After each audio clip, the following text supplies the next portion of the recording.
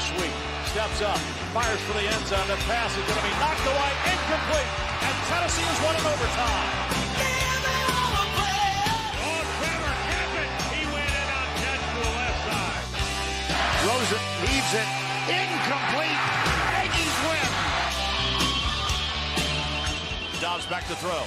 Fires, man wide open, Trayveon Jennings bobbles and stays in bound down the sideline, all the way to the checkerboard. Touchdown, Tennessee. The streak has ended. That's Reynolds. Caught it, broke a tackle, 92 yards. Reynolds, touchdown, Texas A&M. Dobbs heaves it. They're bunched up in the end zone. It's tipped up. It's caught. It is caught. Trayveon Jennings. Trayveon Jennings. My, oh, my.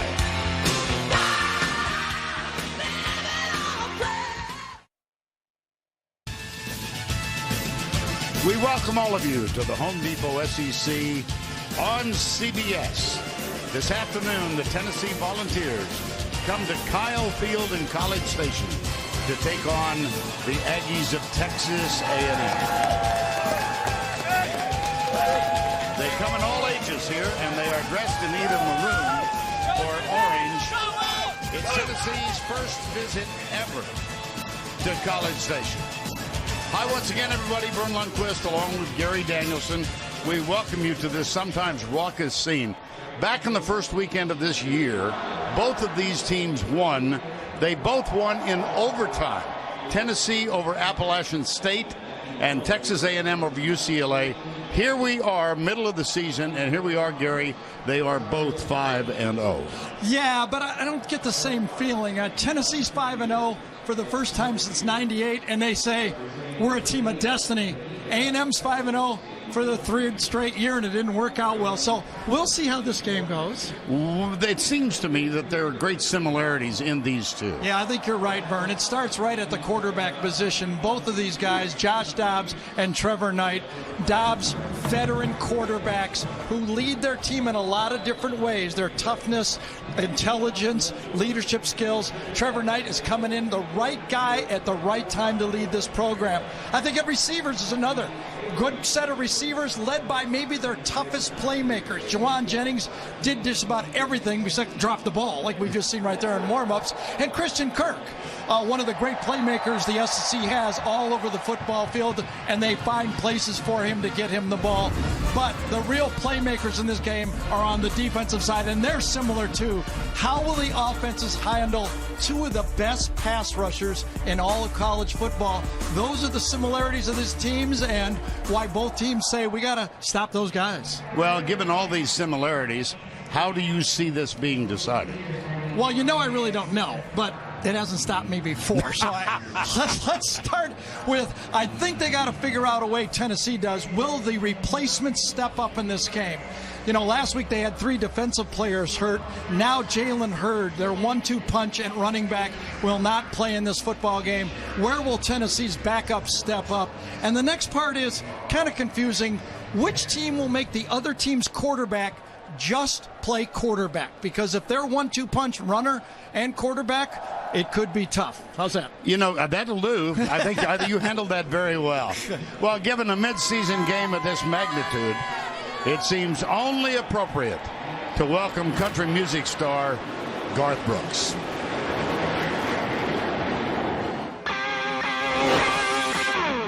Now it's kicking in, pure adrenaline. No one's ever been where you're standing. Aggies and the ball until the last one falls. Here we go again.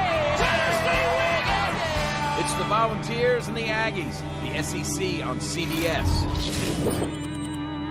Pure adrenaline, yeah. Full house at Kyle Field, or it will be shortly.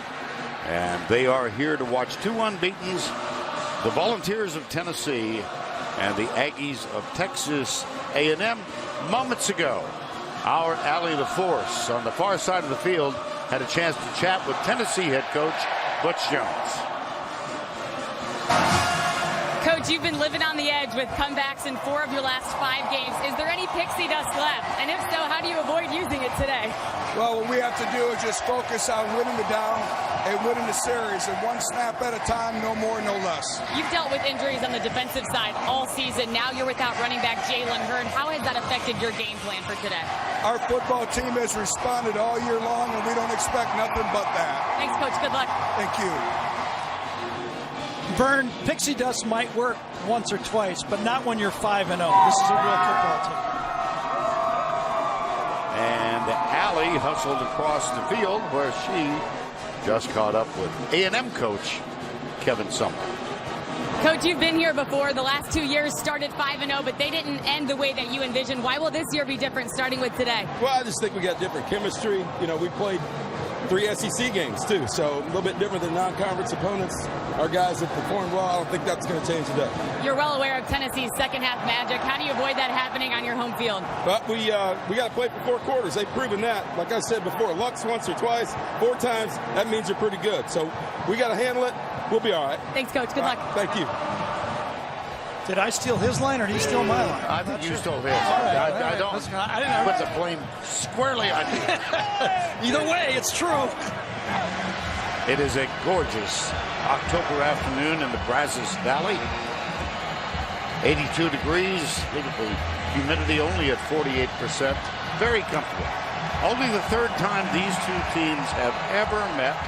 The first was in the 57 Gator Bowl, and the last 2005 Cotton Bowl, Tennessee won both.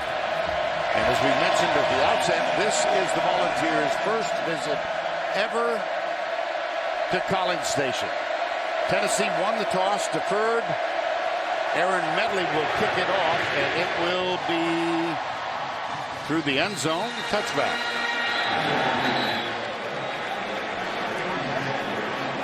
And that is going to give us a chance to introduce you to, thank you very much, the Chick-fil-A starting lineups, and that leads us to Trevor Knight. Well, I can't say he's a pretty passer, but he's a darn good quarterback, and that's the most important thing, and he has created a really balanced offense here at Texas A&M this year. Graduate transfer student from Oklahoma, and named the starter. He enrolled early, seeking a graduate degree, and he has been a steadying force for this team. And on first down, Trayveon Williams, number 5, who has assumed the starting spot in that backfield as a true freshman. Genesee, one of the best. Jermaine Illuminor is back after injury. Frank Henicho gets the start. Ricky Seals-Jones out for the 2nd straight week at that spot. Knight pressured, lets it go deep, double coverage, it's intercepted. Picked off at the 38-yard line by Todd Kelly Jr. Well, if you've got a star in the defensive line, sometimes he makes star quality plays, and watch what happened here. Rush inside, he gets a quick pressure on the quarterback, Derek Barnett, a whiff inside, and forces an interception. Trevor Knight would have been better off just eating this throw, but give that one to Derek Barnett. He's 1 for 1 in this game. 4th interception of the year for Trevor Knight. And the ball taken over by the Volunteers at their own 46. Blitz. Nice pass from Josh Dobbs to Josh Smith. And the Chick-fil-A starting offensive lineups, which reintroduces all of you to Josh Dobbs, senior, aerospace engineering degree in the short term. And this is Alvin Kamara. Again, Jalen Hurd did not make the trip. We continue with the starting lineups. Looks like a player is down. Kendrick Robertson, Wiseman Jones. There's Kamara. Hurd did not travel to College Station. We'll develop that story as we go on. 3rd down. They need 2.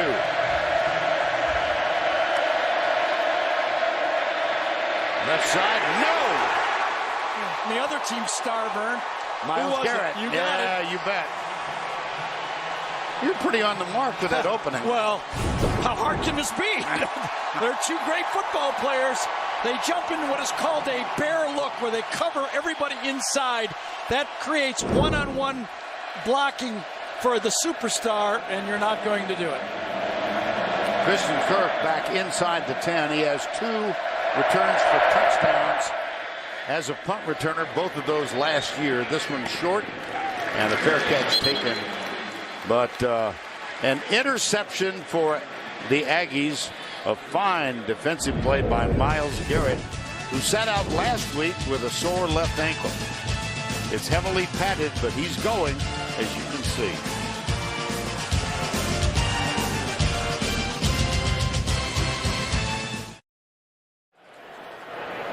We're back at Kyle Field, and time to introduce you to the Tennessee defensive 11. Got an interception on the first offensive series of the game. Vereen Vickers O'Brien, there's Barnett, has been a huge star this year. Jumper in the middle, big game last week. Rashawn Golden also called out by his coaches, but Gary, they are missing key defensive players. They are. Cam Sutton, Jalen Reeves-Maybin, and Darren Kirkland, 3 elite defensive players. We'll see, though. The last 2 weeks, the substitutes have done a pretty darn good job. Colton Jumper's been the leading tackler back-to-back weeks. First down 10. Off right side is Trayveon Williams. It's amazing he's still listed on the official depth chart as a 13, but he is the leading rusher on this ball club. Absolutely, and he has electric speed. Came in early as a freshman, went through spring ball and earned these playing time with his great ability. That's a first down. They tried to sweep. It's Williams again. Look at him fly down the sidelines and out of bounds in the vicinity of... Well, they're going to mark him out. Yeah, they stepped out at the 33, 34 yard line, it looks like.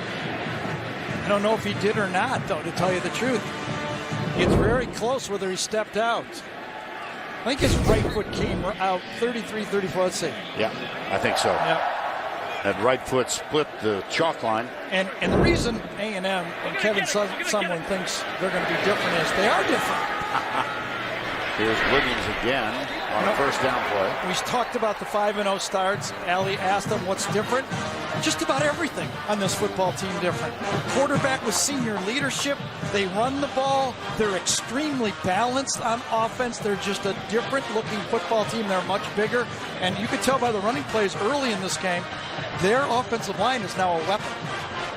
Williams, a running back out of Houston, C.E. King High School, in his freshman year. That's Kirk in motion to the near side. 4-man rush for Tennessee. Pass into the flat. And it's caught, but not for much. Trayveon Williams. And Colton Jumper, as backup middle linebacker, who played so well last week with the tackle. One of the rushing leaders in yards. You see Trayveon Williams, number 4. Yeah, made the leaderboard. Yeah, that's right. That puts Vermillion for it. Yeah, well, you know, only 3 back. Williams knocked away. Yeah. He didn't do a very good job of pass protecting on that one, though. He is not a big running back, and that time he went low, and I think Trevor Knight felt the blitzing linebacker as he let this go. Watch Trayveon come in, and he chew dust on it, and then right in his face is Cortez McDowell. And that produced a throw that was just a little off target. And that brings on Shane Traputo. They come after it. He's bumped, but it's ruled incidental. There is no flag, despite Traputo's pleading for one from the referee David Smith.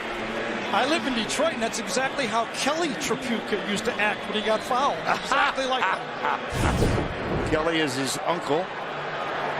Let's see if there's any... Yep, basketball player at Notre Dame. And did he get touched? Just barely. No, that's a good no call. Shot call.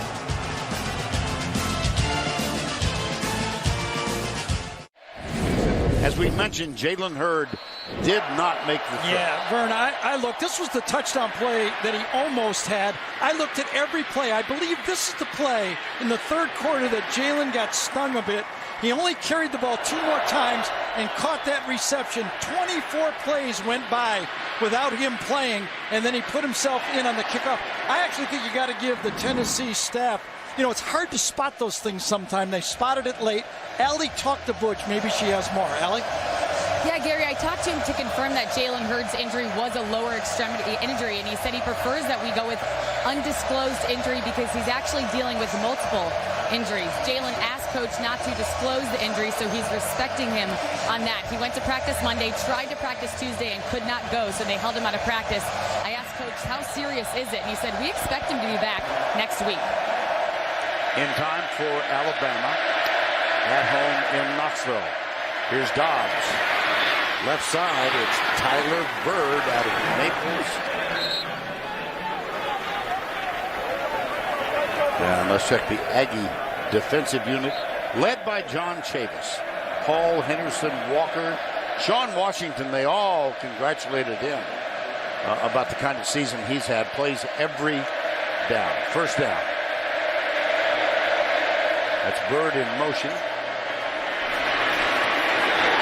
And that's Bird stuffed by Sean Washington, just on cue. Yeah, exactly. You know, and this A&M entered the league. They entered it with a wide-open passing offense. Johnny Manziel took them with just spectacular heights. And I always felt that the defense kind of had an inferiority complex. Like, let's just make them punt once, and we did our job. No longer. They're a big part of the football team. John Kelly is in the lineup in place of Kamara. This pass is incomplete, tipped, and then almost caught on the deflection. Ethan Wolf, the intended receiver. Well, Brent Kendrick, number 63, is going to get the assignment on this one. And he does a good job. Watch him man up right in the middle and control, this time to the outside. They had number 40, Jarrett Johnson, in that position, rushing from there. They're down 7, scoreless first quarter. Dobbs bumps, goes deep, it's hit.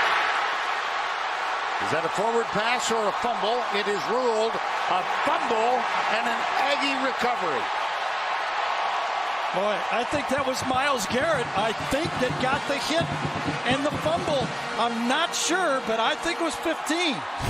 Zakoven Henderson might have been a part of it. Let's see. 92. There's Garrett. Look at Garrett. He's the first one to him, and he gets him from behind. It is Myles Garrett rushing from a different spot inside. He's the one that forces. Man, these guys are a highlight film in and of themselves. 15 for them. What a monster play, rushing inside, came over the middle. They didn't align him again to the outside, but what a football player. And you're right, it was Zakovian Henderson that got the fumble recovery, Brian. Take another look at it from the beginning. There's the contact from Myles Garrett, the All-American. Yeah, and we're not even sure if he's quite 100%, if you can imagine that. Well, 80% is pretty good. Yes. 50% will be serviceable. After the turnover, A&M defense held strong. Let's see if Tennessee can do the same. Knight gets it off again to Trayveon Williams. Inside, I think Shy Tuttle, number 2, did a good job that time stuffing up that play. We always talk about the bookend ends, but if they don't have the tackles inside, they'll just go through it like Swiss cheese. Second down after a 1-yard gain. No score, 2 turnovers. One by either team. Play action. Knight goes deep, has a man open, and overthrows it. Whoa! Yeah, he didn't have all time again, though. He had to pick out a spot because number 9 put pressure. Let's look at the move to the outside. One-on-one coverage. It's going to be beat him on the line. He's got him wide open. But does he have time to really pull the trigger? He could feel the pocket closing. I know A&M feels and Trevor Knight feels I got to make that throw. But it happened in a split second, and it was about a foot too high. And that brings up third down. This is when they do the quarterback draw right in here, too. 3-man rush. And sidearm. I'm surprised he didn't. Yeah, He got Williams away with got it. it. Trayveon Williams, a little move at the end. I think it was Christian Kirk, Yes. beg your pardon. I thought for sure he was going to run right up the middle on this one, but on the corner of the eye, this is what he does. He is so acrobatic when he's in there. 1, 2, 3 tackles, and watch, A&M will go fast before the replay official has a real good chance to look at this one. First down and 10. Williams going between tackles. And let's take a look at the Texas A&M Verizon red zone stats. Not all that good. 48% touchdowns. That's 16 percentage points below the national. Well, what hurt average. him was against Auburn. They were 1 for 5 in the scoring zone in that Auburn football game. They could not get in the end zone. They were dominating the game, but they couldn't score. Danny O'Brien for Tennessee is the injured player. While they tend to him, we will step aside. We're back in College Station. It's time to take a look at our Home Depot tools for success. Well, you know, Vern, when you've got tools, you switch them around. That's what actually both teams are doing. Derek Barnett moved inside and attacked the guard. Miles Garrett gets helped on this play using the bear front, but watch, he moves inside on the guard and center and plows through to force the turnover. Both stars already have forced turnovers in this game. And we are looking at a second down inside the 13-yard line. And Danny O'Brien on the bench. Alan LaForce telling us that he should be just fine. 2nd and 7. Knight bobbles the snap. Sidearm to that. Right side. It's Christian Kirk. And he has gotten a touchdown.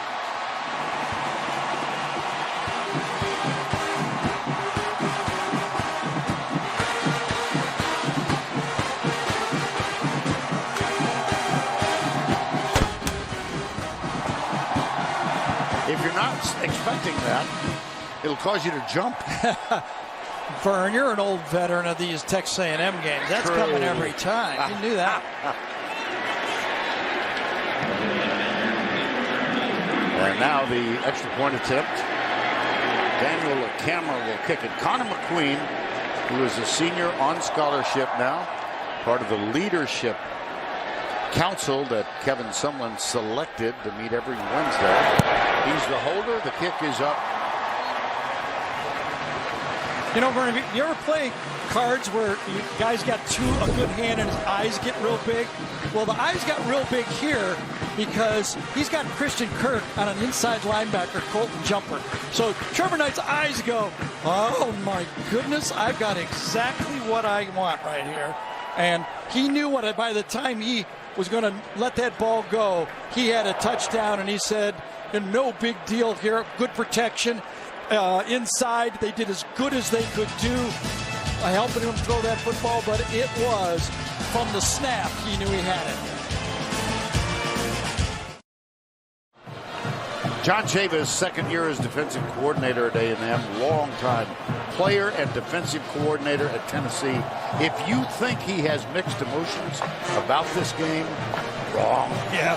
Well, one thing I know about John, that's his happy face right there. He's thrilled. He's just ecstatic. That's longtime veteran of the SEC. You do not celebrate too early when you're a defensive coordinator in this league. Well, he was fired by Lane Kiffin, and he said in a very animated conversation with us yesterday, it turns out, yes, he was bitter, but it was the best thing that ever happened to him. He then signed on with LSU, and then after some degree of negotiation, he signed on with Texas A&M, and he said, hey, without Lane Kiffin saying you're no longer needed here, I wouldn't be making the money I'm making. Evan Berry of the Berry family. He's electric. Boy, is he electric. Yep. Well, a doubleheader tomorrow. The NFL today on CBS. League game early, Jets Pittsburgh. League game late, Cincy at Dallas. And, of course, as usual, it all begins with the NFL today. James Brown and the quartet who surrounds him every Sunday morning. It's the NFL Today brought to you by Southwest Airlines. And Chavis has his backups in for this series. He's going to play long ball with his defensive front. He's very deep, at least 2 deep at every position at the defensive line. First down 10. That's Alvin Kamara.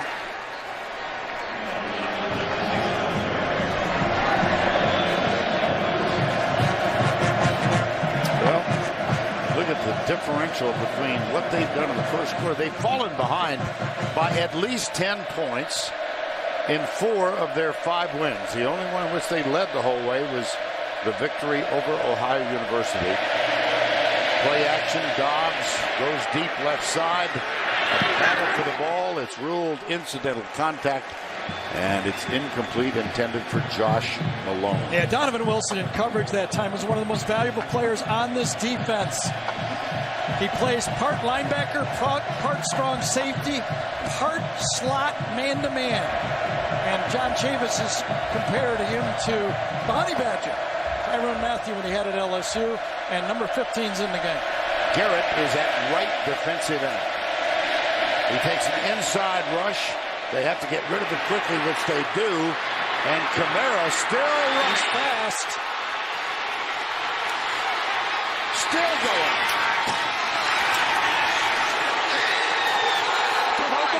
Fumble.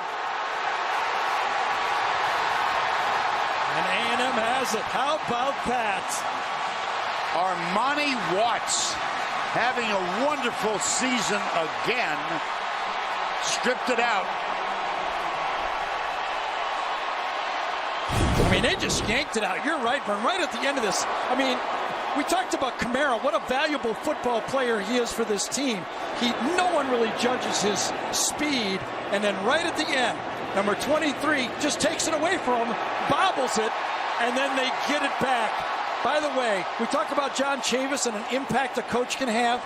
That's now the 23rd forced fumble since Chavis came to Texas A&M. That's 3rd most in the Power 5 conferences.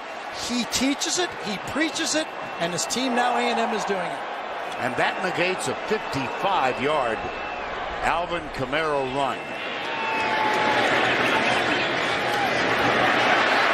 Keeper, Knight. And he can do this and do it well. He was the Davey O'Brien Player of the Week, Quarterback of the Week in their win against Arkansas. This was as much on the ground as in the air. This was a keep all the way. Keeping this ball, he knew he was going to do it. He had the arc block to the outside, and I'll tell you, it came within about an inch of Kyle Phillips not forcing him out, and he could have gone another 20 yards. Sweep again. This is Keith Ford. Now he's another transfer from Oklahoma. He sat out a year. Both of these men played in an Oklahoma win over Tennessee a couple of years ago. 2nd down 6.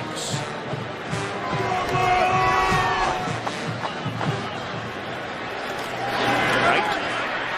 Boom. Derek Barnett again. That was a poor snap that time, and that threw off the play.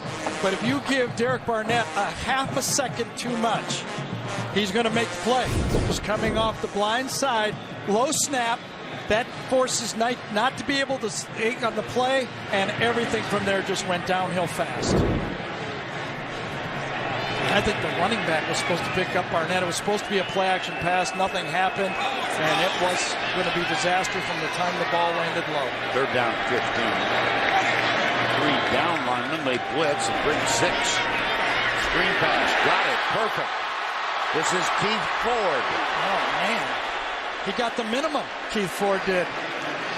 Alvin Kamara took the screen pass and went 55 yards. Keith Ford got as little as he could get. He ran right into the tackle.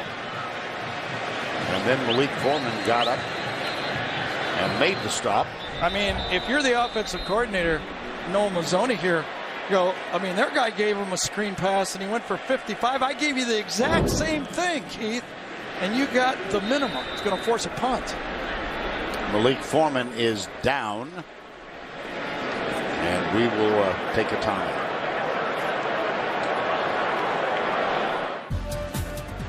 Thank you, Adam, and that brings to mind the fact that one of the games in the SEC was postponed because of Hurricane Matthew. That would be LSU and Florida. Trapuka. And here goes Josh Smith going right. Oh, he got a terrific block, and then there's a great tackle. Well, that's back-to-back time that the punter was jostled. This time, Kevin Sumlin is outside the numbers arguing about it. He said, all right, I gave you the first one. I'm not giving you the second one. Let's see what happened. Oh, yeah, he took his legs away from him, drove the blocker right into him that time. Josh Smith does a great job of getting outside with the help of the block that Vern talked to you about. Just got his head across the body. Good call, but that one could have been called. Yeah, and Sumlin is now back on the bench, but he was quickly out to ask why no penalty. It's first down following the Josh Smith return.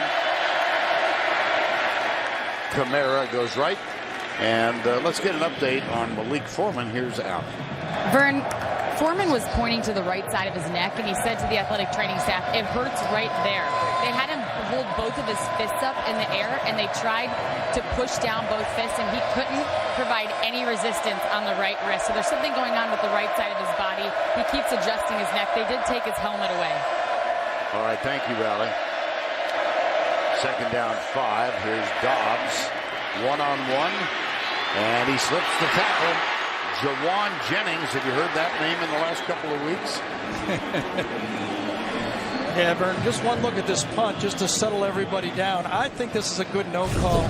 Watch the Tennessee player push his man back into the punter. And it's actually the A&M player that falls into his leg. It was Derek Barnett who forced that contact and pushed the defender into Trapuka. You know, 7-0, Tennessee behind. If I'm a Tennessee fan, I'm still out cutting the grass. I mean, I don't really need to see this. You know? I just come in when I know the game's going to be. It's like watching an NBA game when you do the Tennessee Volunteers this year. There's a nice run by John Kelly. And just to reiterate, not to belabor the fact, but Jalen Hurd did not make the trip. And so Kamara is going to get most of the action, but Kelly is the backup. This time on first down, it's Kelly again. He's out of the Detroit area. John Kelly, number 4. It's Sean Washington, isn't it? Yeah. Favoring his right hip.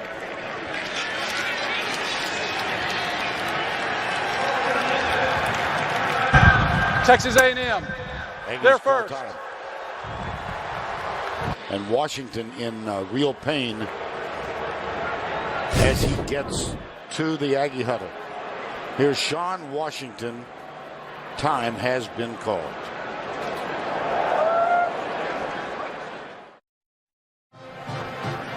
Get the CBS Sports app for inside access to Tennessee, Texas A&M, or your favorite team.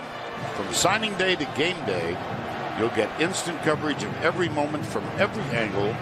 Download the CBS Sports app today. You know what happens when you win a lot of games coming from behind the way Tennessee does? You just automatically get mentally tough. And this is a mentally tough football team right now. It's not pixie dust. It's mental toughness. First down. Dobbs has it. Boy, he can rumble. Look at that cut. Look at him use a teammate. Joshua Dobbs inside the 5. I think it was Weissman, number 71. I'll tell you, on this play, the defensive end, number 40, Jarrett Johnson, was right there to make the play. He did exactly the way he was taught, but he does not have the speed to make the play.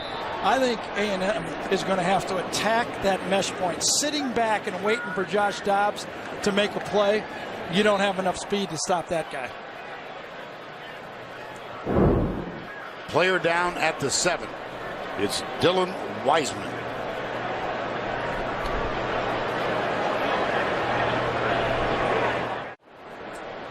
We're back. Dylan Wiseman, the starting center for Tennessee, still receiving medical attention. Yeah, he got stung by Justin Evans, number 14. Come from the left side of your screen. Watch it.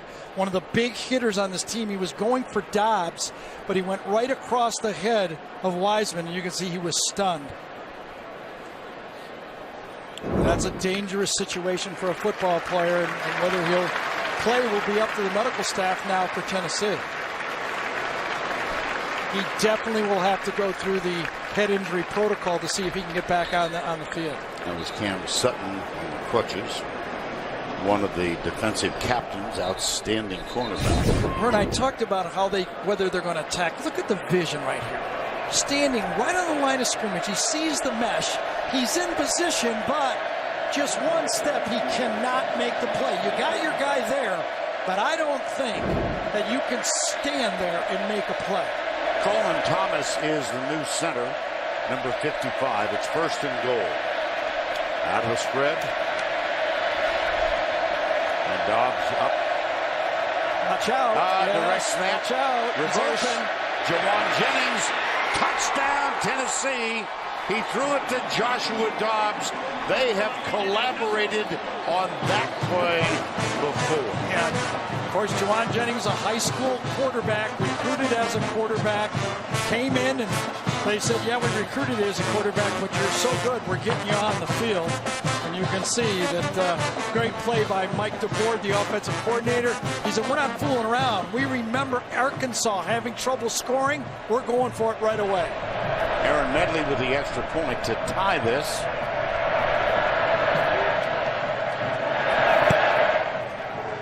Cuts it inside the upper left upright.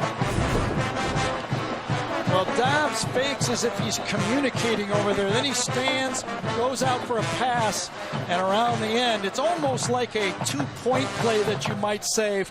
But when you're behind 7-0 and you want to get points right away, the worst thing Tennessee thought could happen would be a goal line stand. They went for it. And they have tied it up here in College Station, Texas.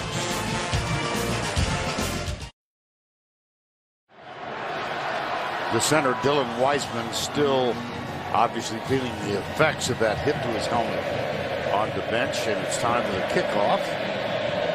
This will be Aaron Medley. And Speedy Noyle is the deep man along with Jeremy Tabuya.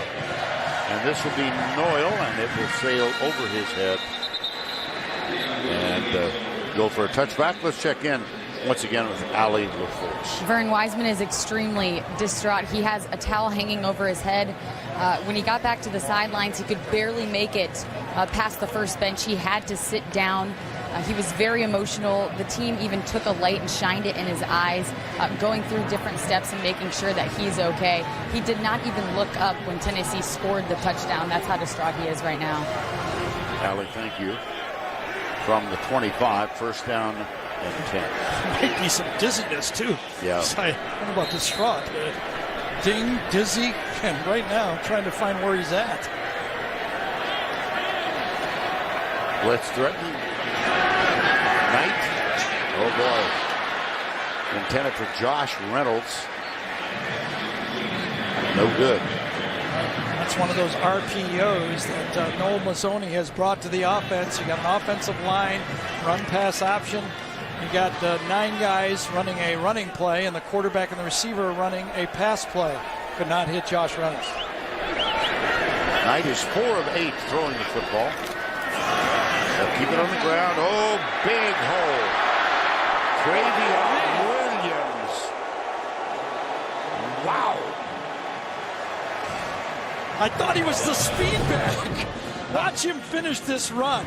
Getting outside, good blocking that time, especially at right tackle. Eleanor, number 72, getting in there and did not play last week. Came back and got the block there, but watch the finish on this run. He runs right. Oh, Mosley. That's Emmanuel Mosley. Got to give Mosley credit, though. He stayed in there. He might be going out now, but he stayed in there for one play. He stayed in there to make the tackle. A lot of guys shy away from that. He did his job, and now he's sitting it out either with cramps or maybe a bit stunned himself. Well, the attrition rate for the Volunteers has been serious. Yeah, that's the big question here. Can the backups, and they're playing good right now, and you know, a game like this, you're going to get nicked a few more. Do they have the depth to finish off this game? Take another look at the end of the run. The blow delivered by Trayveon Williams. Yeah, I think he might have got a stinger on his right shoulder there, because it looked to me like he was looking at his right hand and not feeling. He hits him with his right shoulder, and I think that's where he might have gone a bit numb there. You know, I figure, Vern, if I can pick games and I don't know whatever, tell them what's the difference, I don't know what's going on. I can figure out who's hurt if I don't know what's going on. I've noticed that's one of your really admirable traits. Yes. Well, corners are not expected to take on players like that. They usually like to kind of usher them to the sideline. And now, you know, we have a switch at corner, and we know that Tennessee has had problems with the deep ball going over their head. Will they attack that position? Balin Buchanan, number 28, a freshman, is at the left cornerback spot. He comes up to play bump and run. Now remember the Florida game when Florida hit them with deep balls in the first half. Kirk in motion, play action. They go deep right side to Josh Reynolds. He's down there. They went right at Buchanan. Yes. Right at him. Well, it's not chess, it's checkers. I mean, it's really not that hard. Why do you not go at him? There's a reason this guy is second string. You got one of the great receivers in the SEC in Josh Reynolds, and you got to go at him. Trayveon Williams. After a 44-yard gain, they keep it on the ground. You have to give Kevin Sumlin credit. He has rebuilt this football team. They're still wide open. They're still spread, but now they're balanced. Maybe the most balanced team in all of football. They have 192 attempts rushing and 193 attempps passing coming into this game. That's pretty evenly divided. And only a difference of 9 yards would make it exactly even in yardage. Play action, touchdown, Josh Reynolds. That's his second touchdown catch of the year, and the Aggies have reclaimed the lead. And they went right back at the replacement.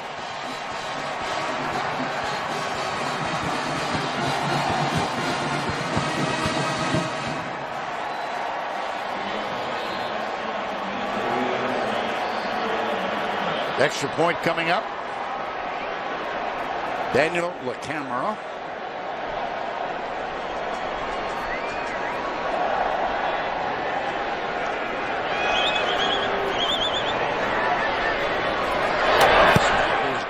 From Christian Robertson. There is a flag down. The point is good if, let's see what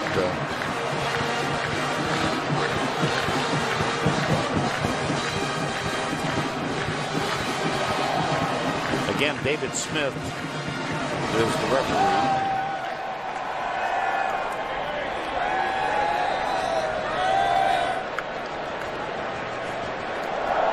I don't think there is a flag down, is there?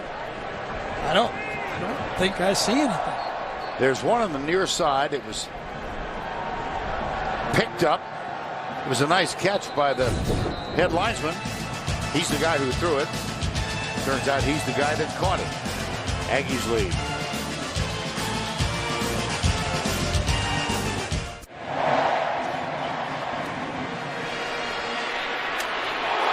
Evan Berry hammered by Cullen Gillespie, the 12th man. That'll get it going.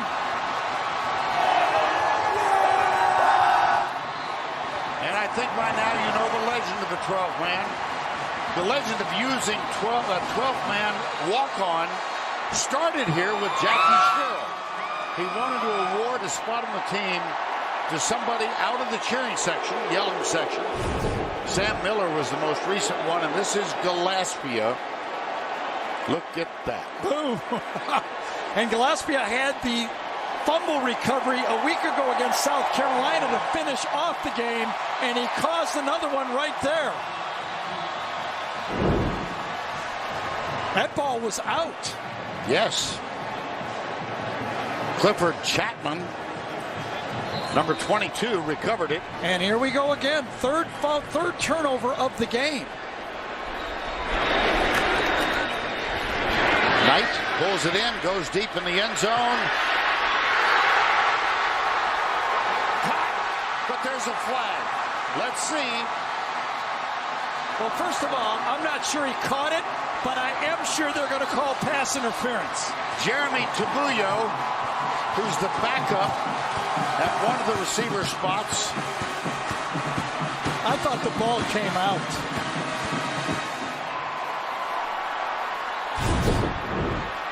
Here's the end of it right here, bottom of the screen. Let's see if the ball comes out. They call interference. Yes, that's not a completed pass. 1 foot. Nah, that ball comes out before he gets the other foot. I mean, that's clearly not a caught pass. It's going to be pass interference, 1st and 10. Pass interference on the defense, number 7. Penalty is 15 yards, automatic first down. The ruling on the field, the ball was incomplete. That's Rashawn Golden, the nickelback. Well, one of the problems when we talked to defensive coordinator Bob Shoop, I asked him, what is your biggest worry? And he said the ball going over our corners' heads. And it's happened twice in the game so far. Emmanuel Mosley is back, the cornerback, number 12. The crowd's not happy, but they don't have the great replay system. You know, I've seen better in-house replay systems for them to see. Oh, no. You're going to hear about that. They got plenty of money here. They'll buy something. Knight in for the touchdown. 7 yards.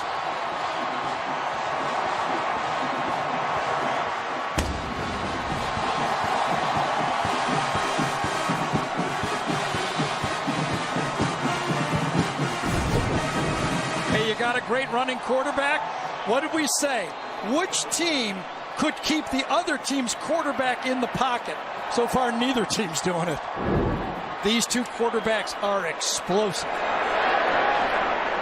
And now the camera for the extra point. There's Gillespie, named the 12th man just before the regular season started.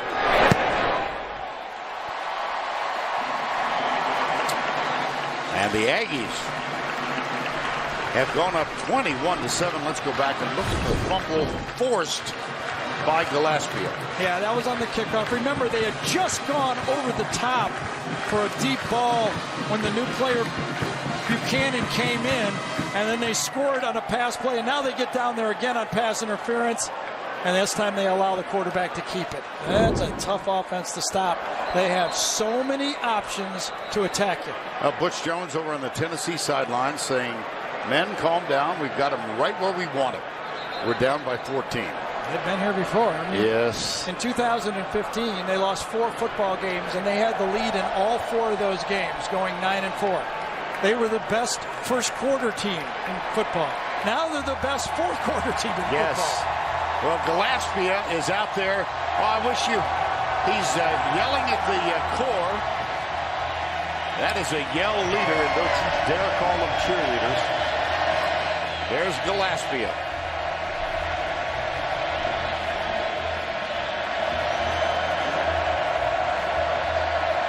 Kamara is the deep back. Braden Mann will kick off, number 34. He does so. And this is returnable from the goal line. But not for very much.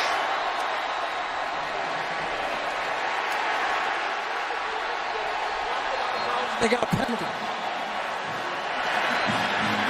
Well, if you make a big hit and you're the cheerleader, Vern, usually the other team assigns a couple guys to you. Yeah. And here's what happened to him on this one. He got shoved right out of bounds on the play, and they threw the flag at the end of it. I don't know why they threw the flag there.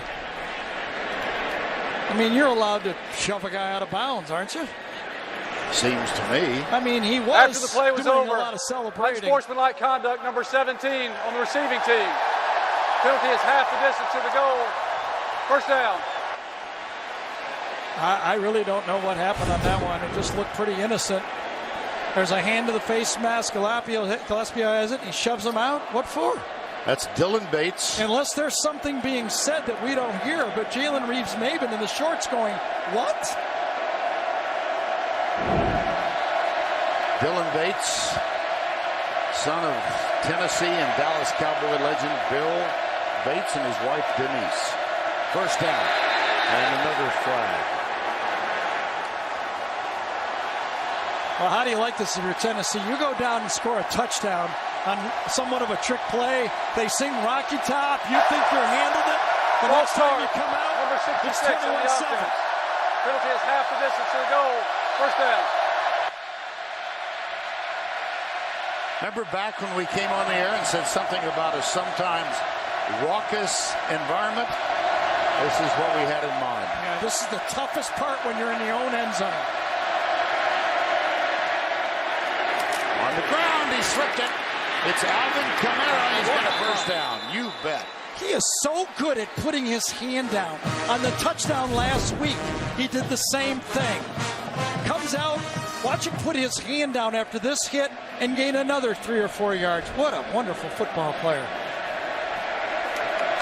That's a gain of 18 and a first down and 10 as we approach the 1 minute mark remaining in the first quarter of play. Here's Dobbs coming left, looking for a block. He gets one, and then he is popped as he gets to the 30-yard line. Jarrett Johnson, number 40.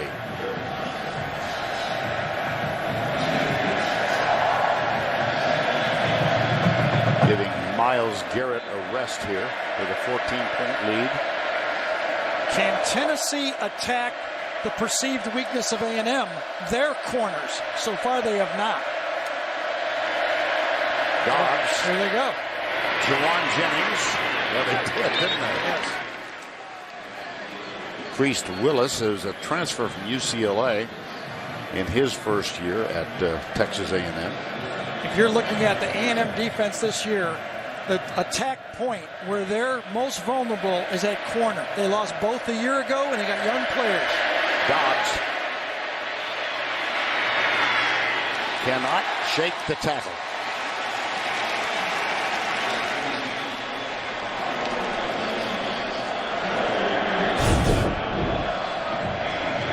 Tyrell Dotson that time holds on for dear life to make the play.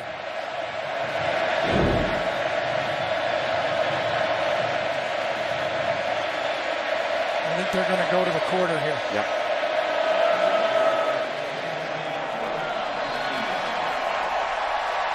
Well, what else is new if you're a Volunteer fan, huh?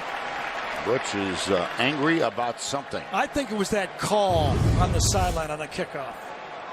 End of the first quarter, 21-7. We'll return to College Station after this message and a word from your local station.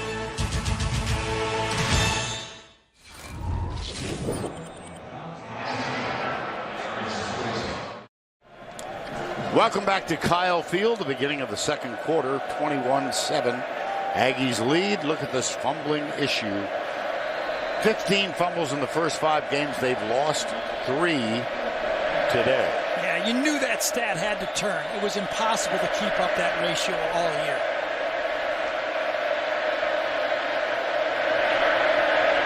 Dobbs flips it into the flat. It's caught by Kamara. There he goes. Does it all the time.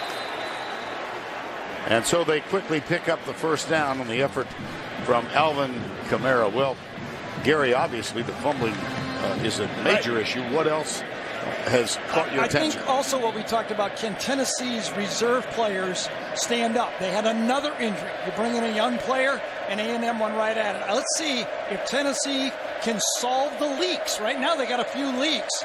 Turnovers and backup players.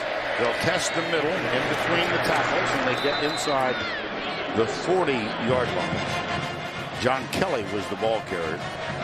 And again, not to belabor it, but Jalen Hurd did not make the trip. Kamara is getting the majority of the action in the backfield. Yeah, I would figure he'd get about 75% of the plays. This is Kelly. Well, Hurricane Matthew has moved up the coast. It started in Florida. And the SEC games affected by Matthew, Georgia at South Carolina in Columbia. That game was postponed until Sunday. LSU at Florida was postponed fairly early this week. And we're going to have Commissioner Greg Sankey on the phone with us to discuss what the status is currently of the LSU-Florida game. Here's Dobbs, too high. I wonder if that was deflected. Jason Kroom was the intended receiver. Well, I think he had to go over a pretty tall player there. D.D. Hall, number 10, is about 6'5".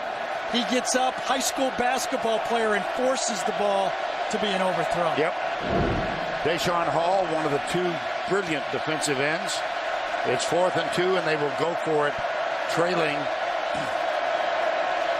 Well, now if you're A&M, you must account for the quarterback. Whatever you're doing, you got to know. Don't know what's going to happen, but you have to account for number 11. Dobbs, forced right. Throws it at the last second, and it's incomplete.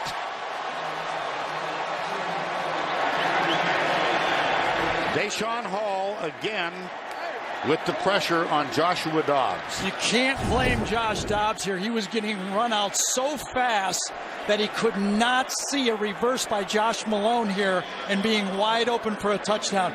No way he could see it. He was being chased by some athletes. But if there was just a half a second less rush there, would have been a touchdown. Time called on the change of possession. 21-7 Aggies lead. We've mentioned the fact that Florida LSU was postponed. Our pleasure now to welcome in by phone from Birmingham the commissioner of the SEC, Greg Sankey. Greg, could you just give us at this moment what the status of that game is? Sure. First, let me send my thoughts and prayers to all the people affected by this storm. It's been a difficult week, obviously, as we celebrate football. The press release we issued on Thursday, Vern, after a long day and a lot of changes in forecasts and a lot of movement, was that the LSU-Florida game to be indefinitely postponed. We did acknowledge that we will seek another opportunity to play that game. That's difficult. I said that on a conference call as we are nearing a destination point, but it's important to play that game. Commissioner, my first question is, do you believe that no matter what, for the integrity of the championship for this league, that game has to be played one way or another? Well, the game needs to be played, Gary, and we need to work together to find a way to do that. This conference often describes itself as a family. A family has points of tension. I certainly understand the angst and frustration. I have my own level of angst, but we need to come together to play a football game and find the best way to do that now. I think some of the confusion, Mr. Commissioner, is that a game in Florida, in Miami, was played, and a game in our conference was played just north of it. How come, and it seems cooperation was there, how come Florida and LSU, with the commissioner's help, couldn't get this game played this weekend? Well, each of those is their own unique set of circumstances, and there is a point at which you need to make some decisions. And Thursday afternoon, that storm was strengthening. It was passing north of Miami by projections, yet Gainesville was well inside the hurricane zone. Emergency personnel were being pulled away that could stop that football game. We have to remember that security issues and demands are very different today than they were a year ago. We didn't know how players' families would be impacted. We're starting to see some of those stories. The university closed earlier than thought and remain closed, or will remain closed through the day. Sunday, not until Monday morning, as they continue to evaluate. And you had a bunch of evacuees that were moving from the coast into the Gainesville area. A number of those things are different than what we saw in Georgia, South Carolina, where there was bus travel involved. We could secure space for the team to stay without displacing evacuees. Local emergency personnel were still available to staff the game, and we have to understand those differences. Sure. Mr. Commissioner, what are the options now for you that you're considering to play this LSU-Florida game, and when will that decision be made? Will it hang, or will it be made rather quickly? We spent Tuesday, Wednesday, Thursday, and if you will, crisis management. Yesterday was whiteboard day 1, whiteboard day 2, looking at all the options. There are a number of people who have their own options. We want to make sure we evaluate everything. I would like to move this along as efficiently as possible, Gary, but I'd be careful not to put a point in time where we can provide a definitive answer, because there are a number of issues that have to be considered. Right. But my desire is to see us play that game. Yeah. Coach, Commissioner, part of the hallmark of your tenure as commissioner has been an advocate for the safety of the players.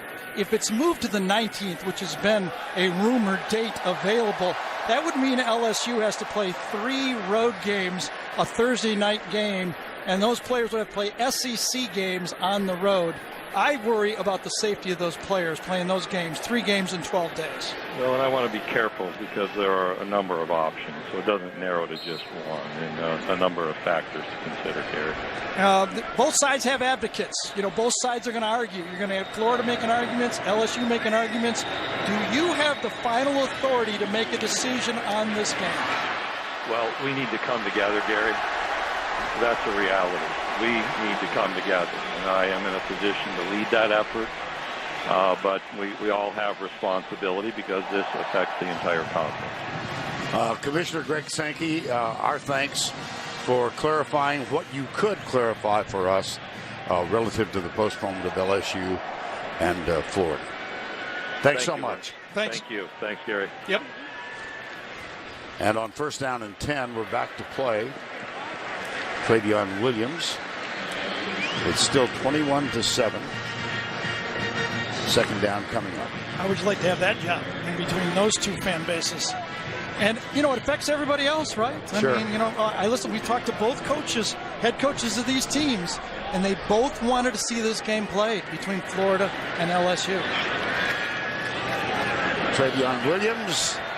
And he breaks through for another 1st down. Yeah, Colton I think Knight kept that one. He's he did. I'm sorry. Good ball handler and good fake, and that's actually the job of this Tennessee defense, of being able to handle all the fakes and motions.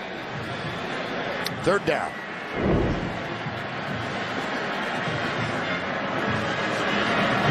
Third down, 3.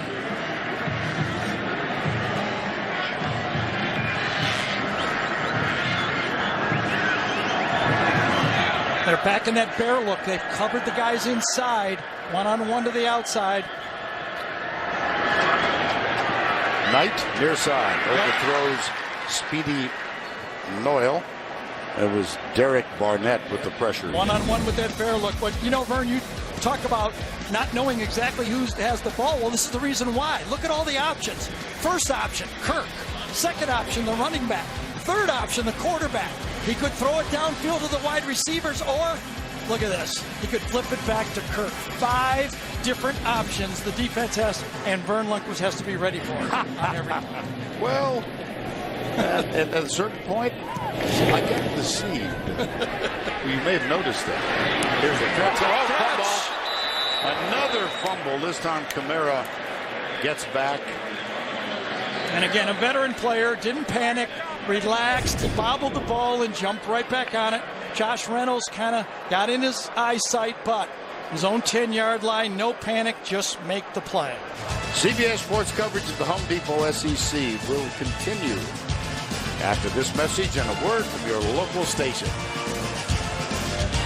Back to Kyle Field. All right, thank you. 21-7 here moments ago. Trevor Knight. Yeah, Derek Barnett was one-on-one to the outside, and he makes a hit, and it looks like he caught Trevor Knight with his left wrist on the tackle. Flexing it on, that's better than the right wrist. Trevor's a pretty tough guy. Handoff. Alvin Kamara. Let's see if Allie can add to that. Allie?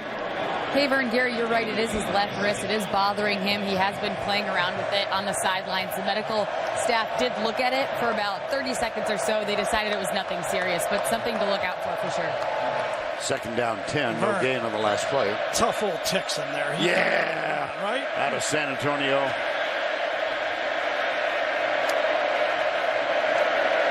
Into the flat.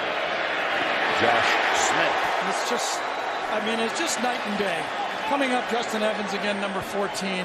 We were here a couple years ago when Armani Watts and Justin Evans, young football players, they really had to take Armani Watts out of the game. He had lost confidence not being able to make tackles. But now you could make the argument that that safety group between Wilson, Watts, and Evans, WWE, might be as good as anyone. Flag down on the field right there, right? We're discussing something. They always do, though. There is a flag. After the play was over, unsportsmanlike conduct, number 15 on the defense. 15-yard penalty, automatic first down. Oh, my goodness. Myles Garrett's got his hands up going, what? Did they mean 15 on the offense? That's Juwan Jen. They got the wrong team. It's the other way, 15 offense. Number 15 on the offense. Penalty is half the distance to the goal. Still second down. It was so Myles Garrett. That is number 15's first unsportsmanlike conduct foul. If we got a shot of Myles Garrett, he puts up his hands and go, the sheepish look going, I didn't do anything. How could I get a penalty? But they got it corrected. Indeed. Now we'll hold everything. All right. Last time, Vernon, third and long, they went with a screen pass. They do not want to make a mistake down here. Third down at 14. Quarterback try. Yeah, Joshua Dobbs shakes the tackle, and he can't get, oh my goodness. Down at the 10. Zakoven Henderson, number 92. Well, Tennessee, with the fumbles and the penalties and the injuries, that's been the story of this game, and you can see Nat Moore's got to hold, and just enough to slow him down. Trevor Daniel is on to punt on fourth down and 10. Christian Kirk. You know, the Aggies should come out of this with, barring something unforeseen, really positive field position. And he's dangerous, Kirk, back here. You have to stay an extra second. Pressure? Kirk, oh, it was. And Kirk says, I'm going to let it bounce, which it does. So you can make an argument that Trevor Daniel, the punter for Tennessee, has been a weapon the last 3 games we've seen him. That was a 55-yard punt without a return. Time call. Oh, there will be, as Ron Zook famously said about Florida once, more noise in the system around Austin. First down. The commissioner spent some time with it. Yeah, what did we learn? Well, that he's got some challenge. I was ready. If I had 5 more minutes, I was going to go Perry Mason on him. I'm telling you. I think I had him, but we had to leave it. I thought he beat us. I tell you the truth, I thought he beat us. Yeah, I would not disagree with that. Well, it is very controversial. Knight. Trevor Knight. Out of bounds at... I thought the key phrase from the commissioner was him acknowledging tension.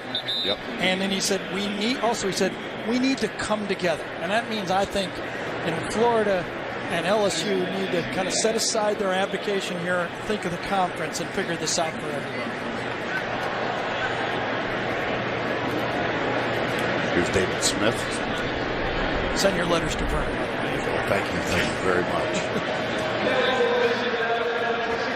That's 5-yard penalty, replay, first down.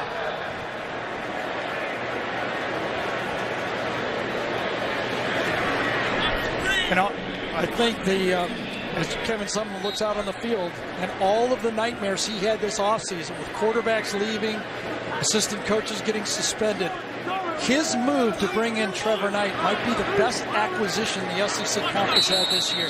And another flag. Well, you think back about how all that evolved. Trevor Knight lost his position to Baker Mayfield, decided to use the exemption and use that graduate transfer rule. Here's Dave Smith once more. The previous play is under further review. The ruling on the field was the ball crossed the line of scrimmage. Therefore, there was an ineligible downfield. What? He must have been more than 3 yards downfield then. He threw it late, and if the judgment will be if the new rule this year, if the offensive lineman is more than 3 yards downfield, it can be called. So that would have been a kind of a big mistake for Trevor Knight. He could have just slid or gone out of bounds.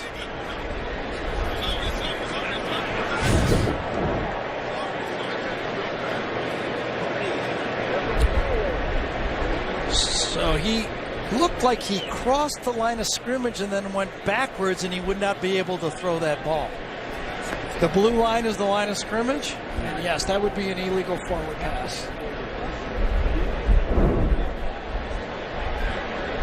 Well, while they look at that. So I wasn't even close. The truck had helped. I would not have pointed that out. Hey, you got to guess up here sometimes. You don't need to tell me that. First down, and they are reviewing this.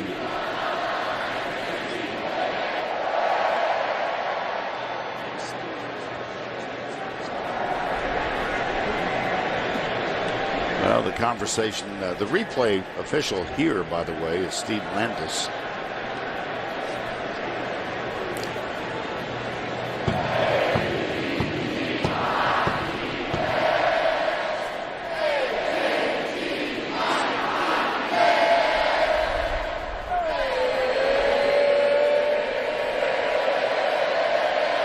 After further review, the quarterback was beyond the line of scrimmage when he threw the ball.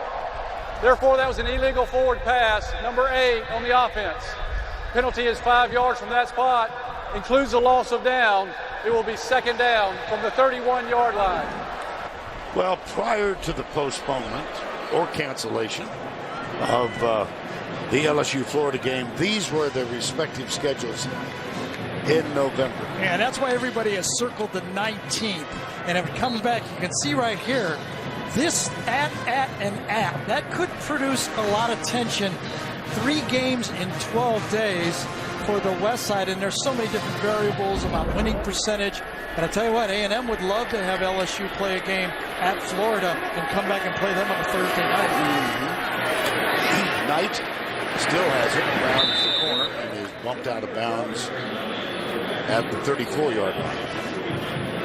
Well, I think back to the conversation with Greg Sankey, and again, we're appreciative of him willing to go on the air with us. He said not only is there a lot of angst in the conference, he has a lot of angst about it. Of course.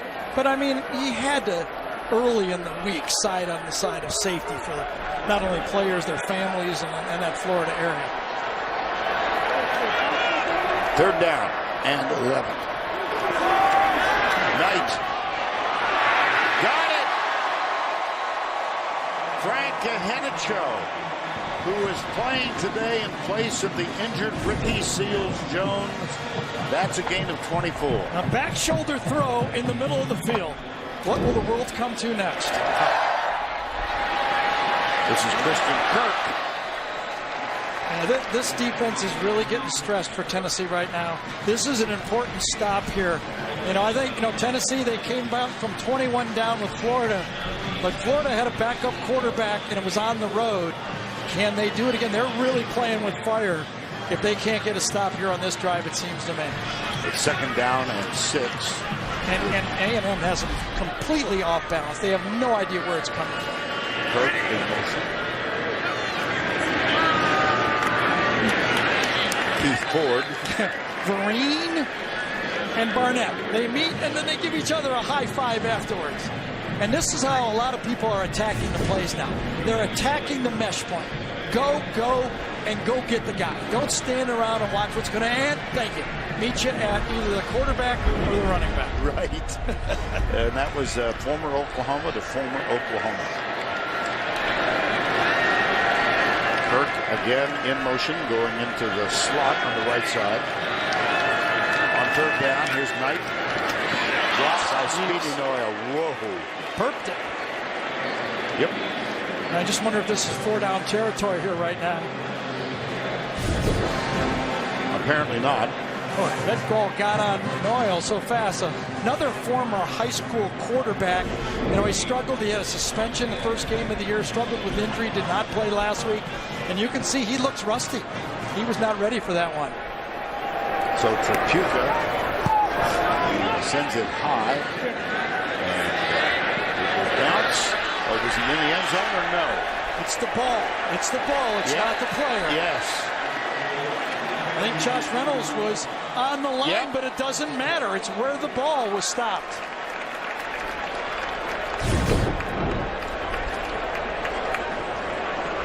Oh, it's close. It's close. It got into his body. He did not do it with his hand. We only got one look, and it was behind his body there. Timeout.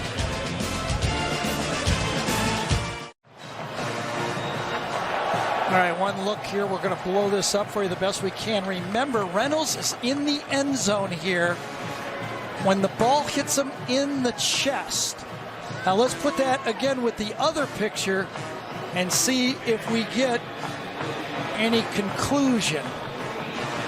Now remember, the guy right there is calling the play. I mean, he's right on the line. I think they will say that this play stands, that there's not enough to overrule it. The language would be stands, means there's nothing there that they can overrule, in my opinion. Unless our producer shows us something new. There's the challenge. And here's... Wow. Yeah, I think it's going to stand, meaning they do not have anything conclusive to overturn it. Dave Smith is chatting with Steve Landis right now. The ball was ruled. I mean, if you know, that's the guy right there. Right. Here's the call. After further review, the ruling on the field stands. The ball did not cross the goal line.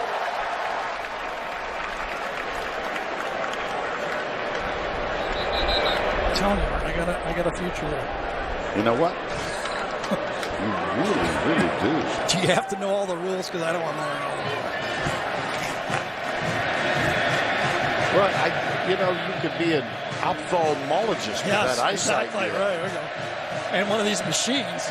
Yeah, well, that is helpful. Well, with the amount of time here right now, what do you do if you're Mike DeBoard? You try to run it out, or do you allow Josh Dobbs with some play action to get on the corner?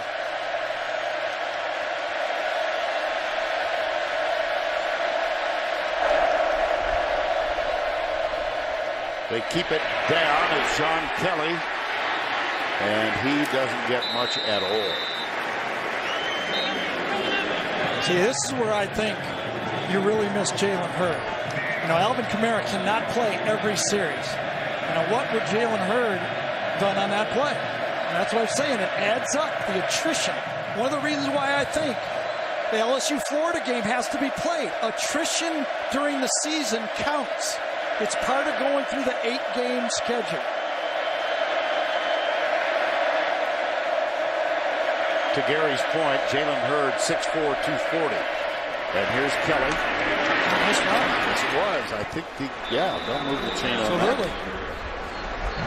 This could be a huge first down for Tennessee. Getting out from under their own end zone. They ran the ball right between the tackles. Josh Malone breaks the huddle, goes wide to the left. Preston Williams is to the right side. Dobbs goes deep. He's got a man there. And he drops it. Or it was stripped. I'm not sure which. It was Josh Malone. Well, I'll tell you, Jason Groom, number 18, is going, I had an easy throw for you. Right across the middle of the field. No one covered me. I have an easy catch for you. And he went to the tougher throw, made it a 50-50 ball, and that time A&M won the 50-50 ball. It was Priest Willis who knocked it loose. 2nd down and 10. Kamara is back on the field.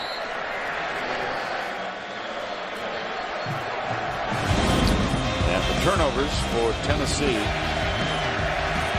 That one. Yeah, it was Myles Garrett early. Yep. Armani Watts got to the big 55-yard run, and then the 12th man forced the fumble on the kickoff. 3rd down 8. Tennessee yet to convert a 3rd down. They are 0 for 5. 3 men down for the Aggies.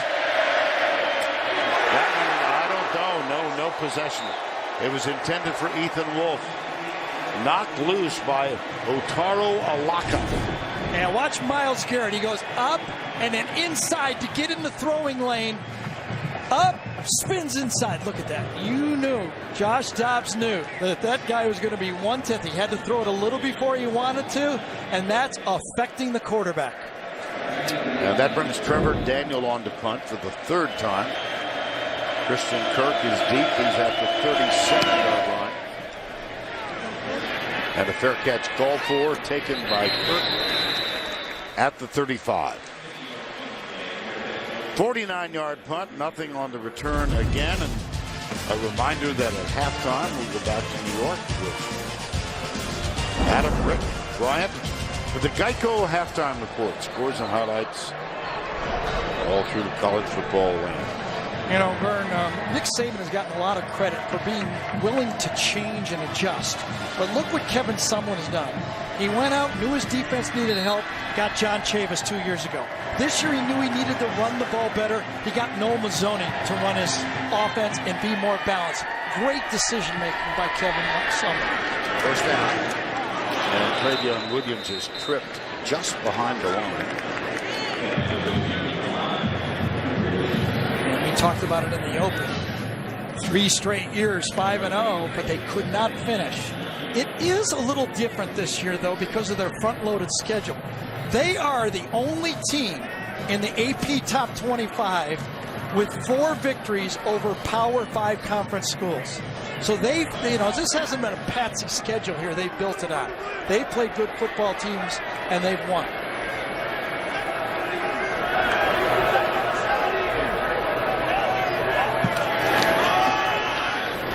Nothing doing on that play. It's Trayveon Williams.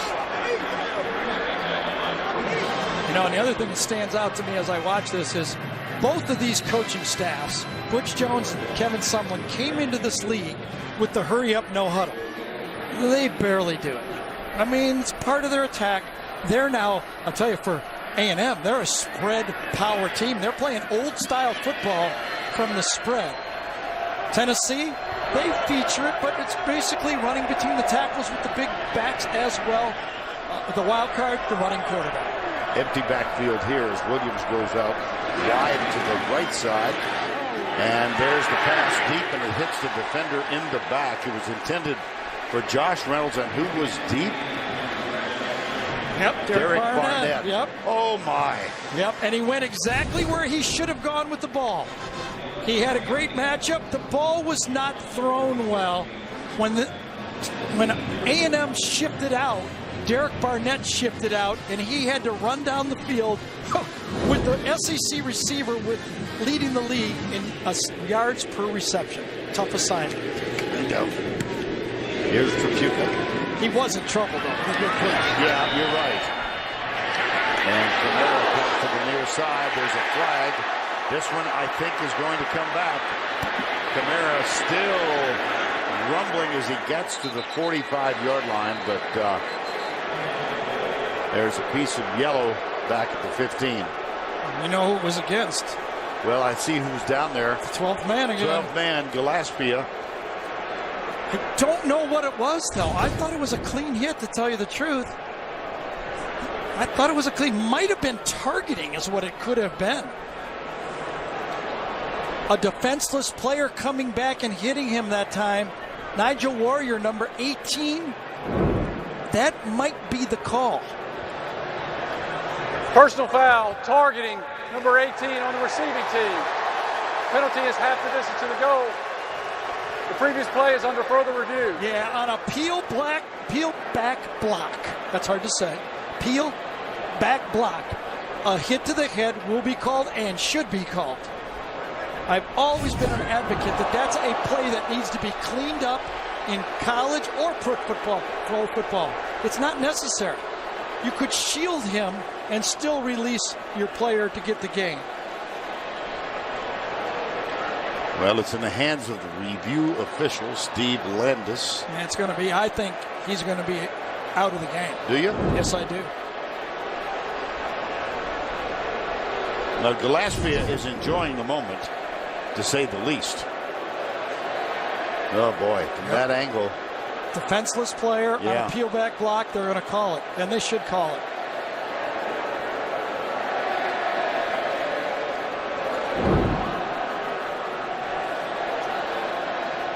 The infraction occurred at the 15.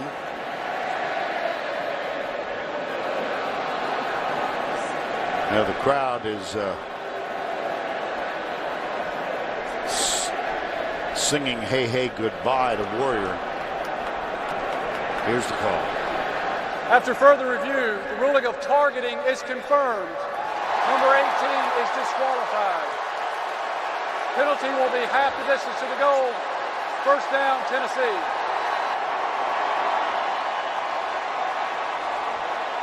Boy, he's something.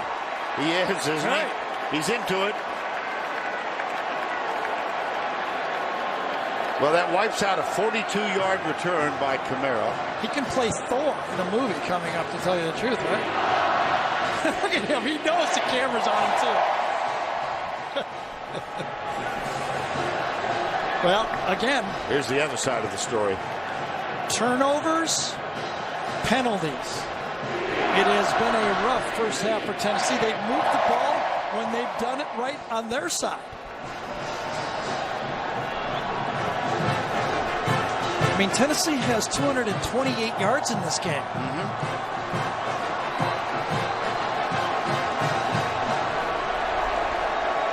Well, he is walking toward the Tennessee fans. Yeah, he might be trying to fire the team up, but he should know that was an easy call. Yeah.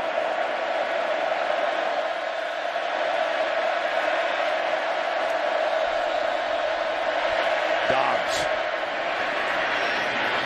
to the 12. Deshaun Hall makes the tackle. Number 10. Evans was...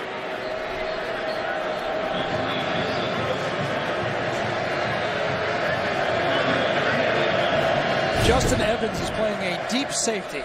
He's 20 yards at there, and then he backs up further. At the snap, he was nearly 30 yards deep. John Kelly. He's been effective. Yes, he has. And he ran through the tackle of Justin Evans on that one, maybe the hardest hitter on this A&M team. That's a gain of 17. Coming into this encounter, Kelly had carried it only 3 times for 18 yards. He's still fighting out to the 32-yard line, 2:45 to go. I will say it does appear that the Tennessee wide receivers, at least, are trying to bring more to the game, a little more physicalness to the football game. I'm watching Tyler Bird, I'm watching Jawan Jennings. They're getting active downfield. Coleman Thomas. There's movement that time. Yep. Is the center. I was going to say Dylan Wiseman out. Well, you're going to get to say him again because I think he was the guy that moved. False start. Number 75 on the offense. 5-yard penalty. 75, Second down. 55. Yep. When we talked to the staff, they felt that Jason Robinson, number 75, played his best game maybe last week. Oh, you could see it. The head bob by the center pulled off the left guard. Second down, 12. That's the 7th penalty against Tennessee in the ballgame. And they only had 2 last week versus Georgia. Sweep. Tyler Bird. Young man out to the 35-yard line, and Jared Johnson, number 40, made the tackle. Well, Alvin Kamara does so much for this team, and this time he's asked to block right side of your screen. Does a good job creating a lane.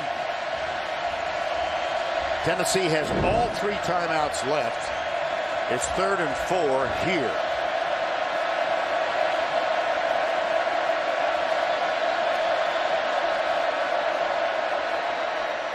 dropped.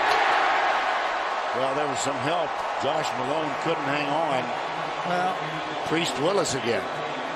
Sooner or later, Tennessee's going to have to go deep on these defensive backs. There's no job. Priest Willis was playing the sticks. He knew it was 3rd and 3, and he wasn't backing up. He was playing the first down line. Tennessee has not thrown, as I remember. Trying to recall, have I remember a deep throw in this game? I don't think so. Because the squatting defensive backs for A&M now are jumping on everything, especially 3rd down. Here's Trevor Daniel, and a fair catch called again. Not a good one. No, it's not at all. Dragged on him. This is going to put pressure on this Tennessee defense now. Great field position with 1:19 to go. Aggies have 2 timeouts remaining. Monday on CBS. TV's #1 comedy really shakes things up with some crazy big news. You got any idea what that might be? No, I don't know. Really? This is one new episode you can't miss. I think you're taping it, aren't you? You're waiting. But of course. Do you want me to ruin it for you or not? Oh, no. Go ahead. That's Monday at 7, 8. Oh, I'm going to hear from George Schweitzer. Yeah, it's on your VCR. Oh, yeah, of course it is.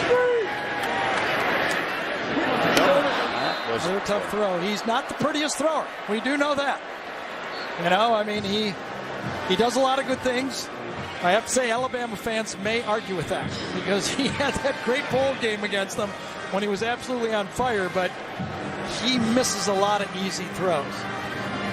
They are now a running team, deep ball play action throwing team. That's what they are. They lead the SEC in running, 269 yards a game. Comes the run. The deep ball. And there he is. Josh Reynolds. That's what they are. Those are easier to throw for an inaccurate quarterback than the short passes. Did he go out of bounds? No, there's a flag back to 35. Yes, there is. And you can see the route. Perfect. Ineligible receiver downfield, number 70 on the offense. 5-yard penalty, replay, 2nd down. How could that have been? That was thrown so quickly. What could have happened? Let's take a peek here. They're allowed to go 3 yards downfield. And the ball, remember, he threw it as fast as he could. It was one of those RPOs again.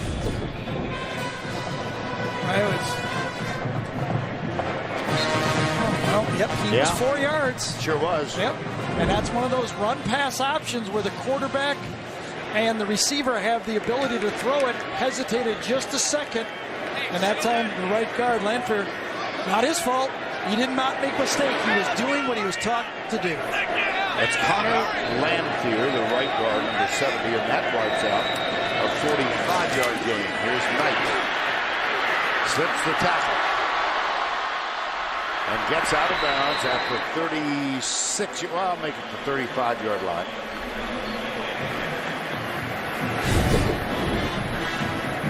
Both of these quarterbacks, when you're rushing them, you better bring it because both are big, both are strong, and they're extremely fast. Micah Abernathy, number 22, was the man who forced him out. No, plenty of time. A&M substituted, so the officials did a great job at allowing Tennessee to substitute.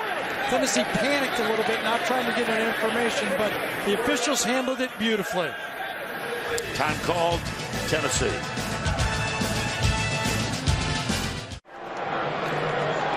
After the timeout called by Tennessee, it's 21-7 with 36 seconds to go.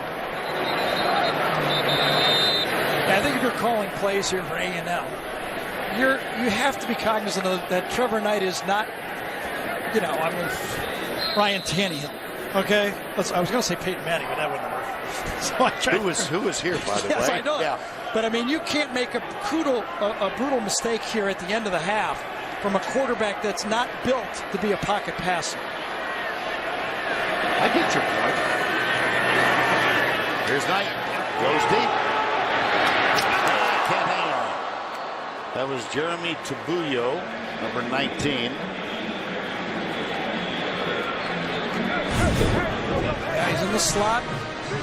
Tabuya made a huge one-handed catch a week ago, but couldn't come up with that one. So that's a safe throw. You don't even mind if something bad happens. Just lob it up there, let it go, and let your receiver adjust to it. So Trapuka is on to punt for the 6th time. Terrific average so far. Second and 4. And he looks for a call again, and there's nothing. No. He's not going to get it. I think David Smith used to watch Kelly Trapuka play basketball, and he just doesn't trust him. I'm telling you that right now. Or he watched his grandfather, Frank Trapuka, play for the original Denver Broncos in the old AFL. You know, you can call for these penalties, but you try to fake it one time. You know, not going to happen. I like Kelly Trapuka. I just want to say, he used to always like. You're accusing him of flopping. He was good at it, though. I was really good at it. 25 seconds to go. Can they get in field goal range? 2 timeouts left. Of course, what am I talking about? For Tennessee, I mean, anything can happen. 10 seconds, they did all that.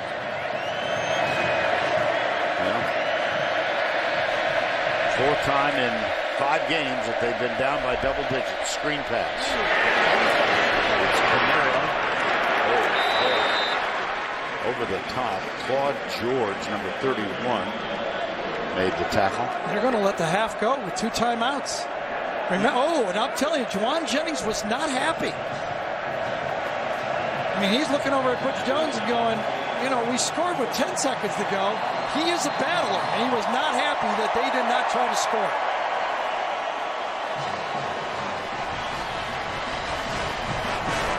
Well, Butch Jones has pulled out halftime adjustments so far this year. Can he do it again? They get the second half kickoff.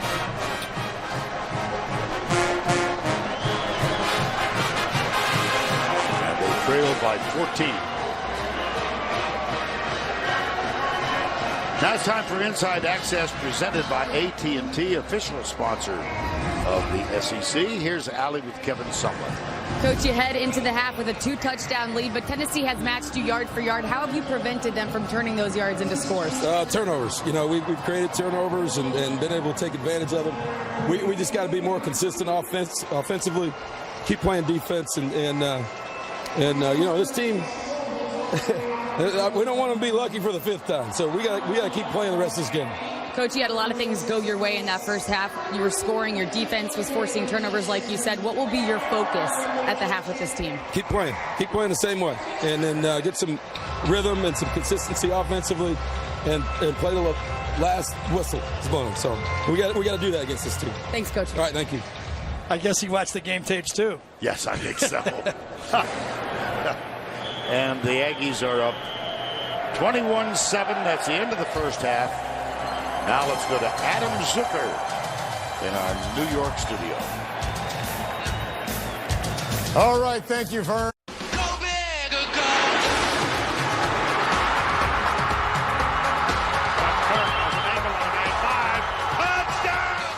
Joshua Dobbs inside the 5. From Juwan Jennings to Josh Dobbs.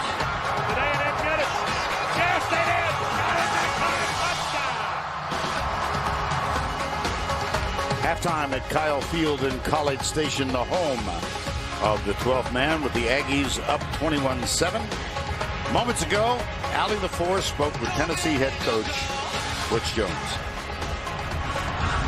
Coach, we've talked about this at the half each week. 3 fumbles, 7 penalties. How can you help yourself more in the second half? Oh, you just said it, self-inflicted wounds, and it gets back to playing disciplined football and taking care of the football first and foremost. You can't go on the road and turn the football over or have the penalties like we had in the first half. I asked you about the pixie dust before the game. Is there any of that left? We'll see. Thanks, Coach. Good luck. Thank you. All right, Allie. We'll see, indeed. They will get the football to open the 3rd quarter. And you have to believe that they believe, right? I mean, if you're a Tennessee football player, you have to believe you can come back. Well, that's because they have come back in 4 of their 5 victories. 21-7, but have you seen any evidence that they can do it this time? Yes, they gained a lot of yards in the first half. They gained over 250 yards on offense. Their problem has been twofold. Obviously, what Allie brought up, 0 for 7 on third down, okay? And no big plays. The 155-yard screen pass ended up in a turnover. After that, they had a 16-yard pass and an 11-yard pass. It's hard to drive the ball all the way down the field over and over. They have to find a couple of big plays. Out of the spread, Joshua Dobbs.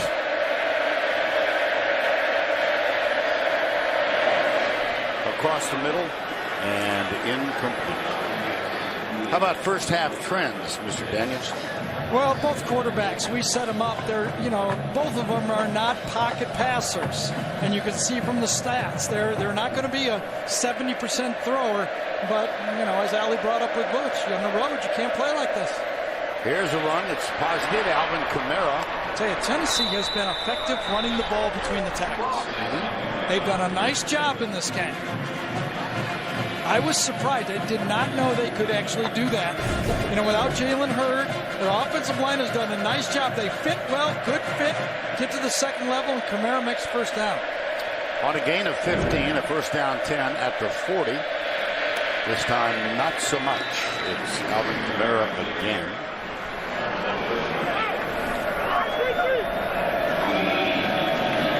Last week, the miracle finish against Georgia.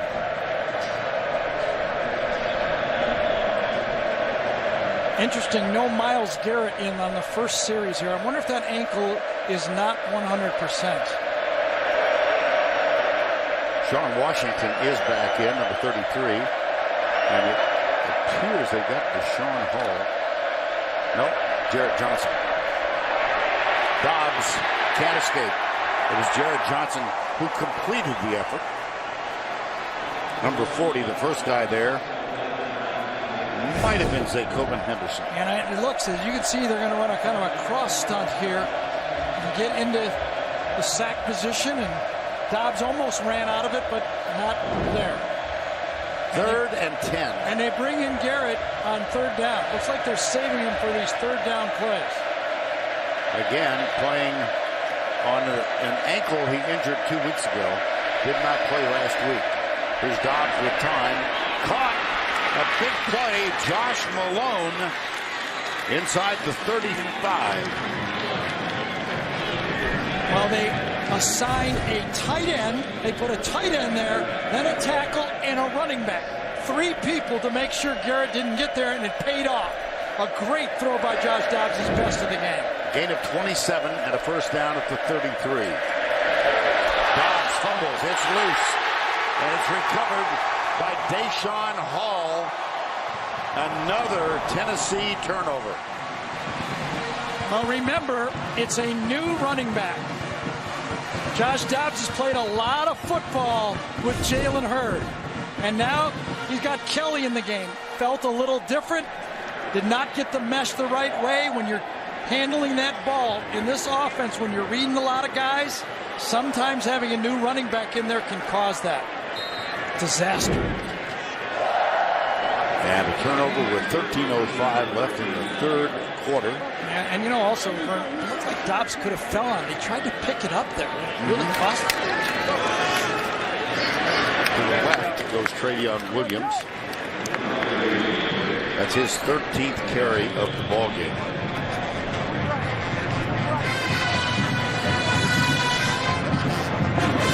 He's played so much football with Kamara and Hurd.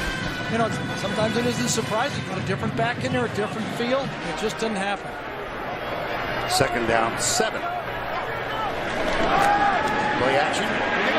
Knight is chased and throws it away. Fortunate that he was capable of doing that. Corey Vereen was draped all over him. Yeah, and his roommate, Tanner Sharp, that time, number 86, did not help him. Blocking on the end man of the line of scrimmage. He did not get the block, and Knight had to throw it away. Third down, 7. By the way, both of the corners for Tennessee are on the game. In the game, Mosley and Foreman. Brooks, they were both injured in the first half. Down the far side. There's a bump and run, and there are 2 flags thrown. This is going to go against Tennessee. Malik Foreman, yes, that's who it was. Malik Foreman, he's grabbed him by the jersey. God, that's just undisciplined football.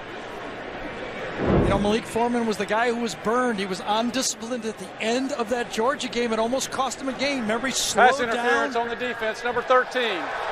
15-yard penalty from the previous spot. Automatic first down.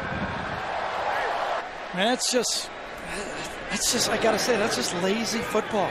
Undisciplined, lazy football. You can't grab a guy by his jersey like that. And so a first down 10 for the Aggies at the 43. Play action. Complete over on the near side to Christian Kirk, number 3. And they will go with a fast-paced offense. Try to. You always get nervous about these. Well. Penalty flag, legal procedure. Yeah. False start. False start on the offense. Not all 11 players were set prior to the snap. 5-yard penalty. Replay, second down. We should put you know, that's a self-inflicted wound. Trying to go fast, they lose 5 yards.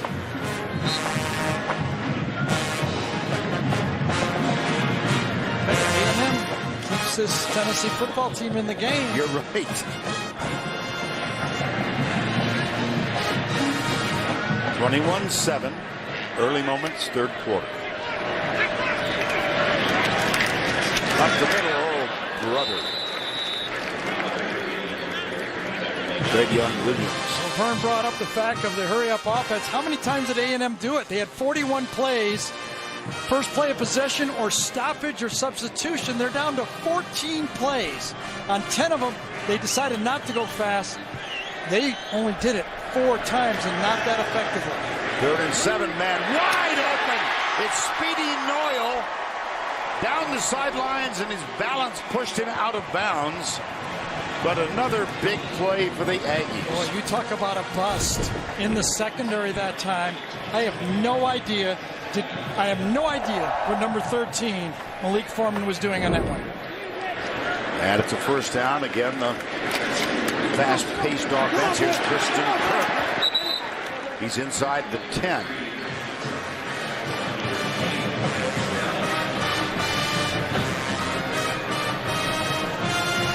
(21-7). We played 4 minutes. Much as the previous play, the deep throw. Look at Tennessee. Total bust. 1 man playing one defense, 10 other guys playing another defense. 2nd down, 5.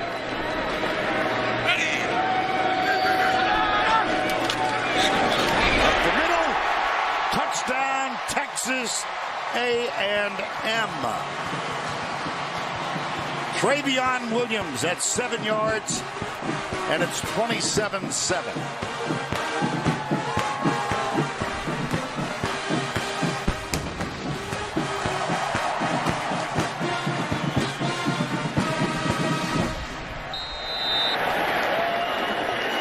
Well, this was a meltdown for Tennessee. Remember, they had the fumble, then they had the grabbing the jersey penalty, then they had the busted coverage. They practically gave A&M 7 points on this drive.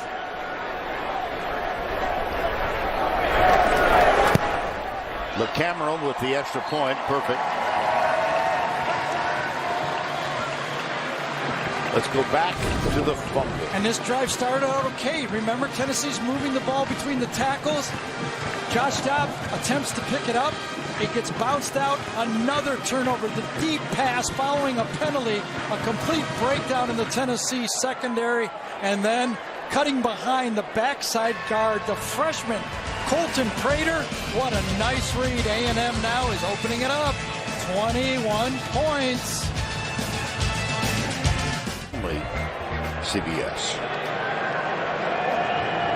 4 fumbles lost today, most in 19 years. Well, and they were almost, tempting fate with as many a times as Tennessee had fumbled the ball early in the year, and they were getting them all. Sooner or later, that evens up. Here's Braden Mann with the kickoff. Yep. And this one will be returned. Evan Berry. Not much there. Cullen Gillespie, the 12th man again. And I expect he's going to celebrate a little bit just based on previous efforts. He's not a shy guy. Neither is the Duck, as a matter of fact.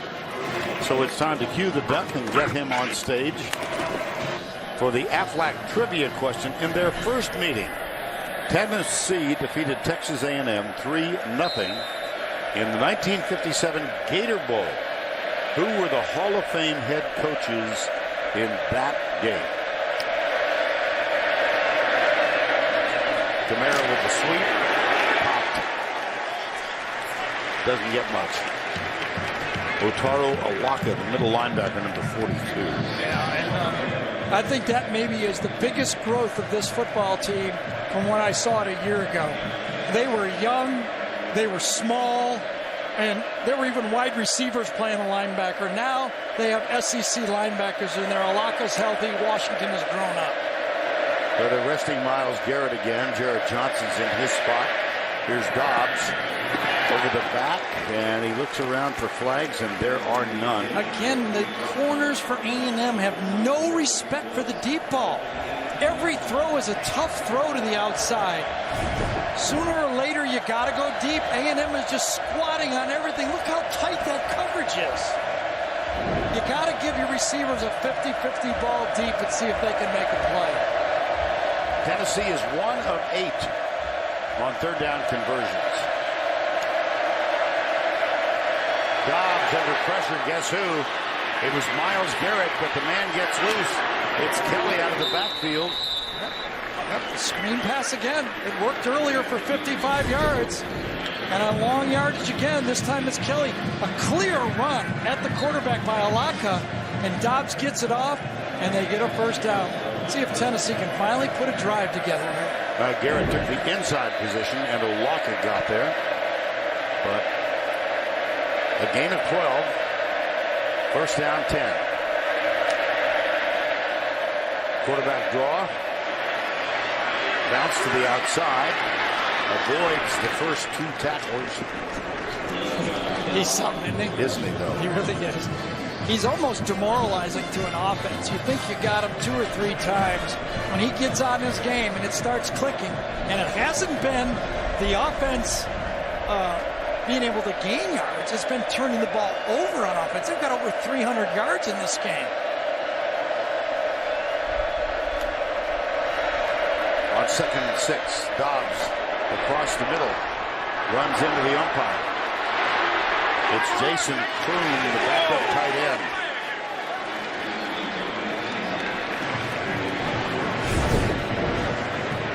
A short stop right over the middle of the field, throws it to him, and then busted tackles.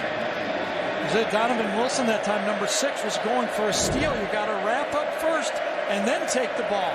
Cost his team about an extra 10 yards. First down, 10. Kelly.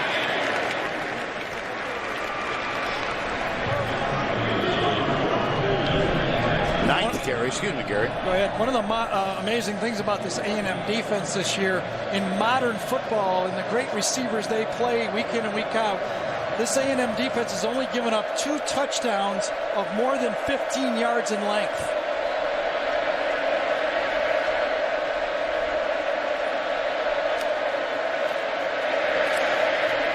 Dobbs still has it. And he's tackled short of the first down yardage. Sean Washington, number 33. Well, if you're Mike DeBoard right now, I got to believe you're calling plays thinking you got 2 plays to get this. Yeah. That's Bob Shoop right there in the ball hat, and there's Mike DeBoard behind him. Oh, thanks, Bob. Getting out of the way exactly on the cue there. Third down, 5. Blitz. Dobbs. Caught. It's Jawan Jennings, and he's down to the 15-yard line. 5-man rush this time. Quick pass. The rush had no chance to get to it, and that time they got the ball to their best receiver against maybe the weakest part of the A&M defense, their corner, Nick Harvey. From the 15 on first down, up the middle. Alvin Kamara. Touchdown, Tennessee. Amazing the success Tennessee has had running the ball between the tackles in this game. Great job up front, Jason Robertson, the whole offensive line, but man, what a well-blocked play, and Tennessee continues to believe with the success they've had moving the ball, they have more than 100 yards in total offense, more than Texas A&M in this game. Jack Jones also a part of that blocking effort up front. And Coleman Thomas, who was the backup center, here's the attempted extra point. I think the most impressive drive by Tennessee in the ball game. Yeah, 9 plays. You know why? They didn't make any mistakes. That's why. Hold on to the ball and they got a chance. The offense is working. Texas A&M campus in College Station, very close to the city of Bryan. In the Brazos Valley, our aerial coverage today provided by Goodyear. For 60 years, Goodyear has provided aerial coverage of college football's greatest traditions and biggest rivalries. That was the first touchdown allowed by the Aggies defense in the third quarter so far this season. And it cuts the lead in half, 28-14. Aaron Medley will kick off. Speedy Noyle. Jeremy Tabuyo, and this is going to be not much. It's going to bounce through. Let's talk a little bit about these Tennessee comebacks this season. In the season opener, they trailed Appalachian State, and they won it in overtime.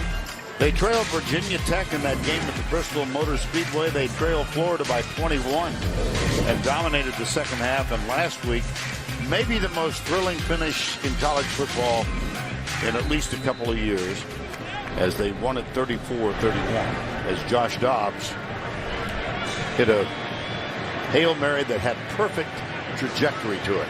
Beautiful. If you're not a Georgia fan. Whoops. Bring it back.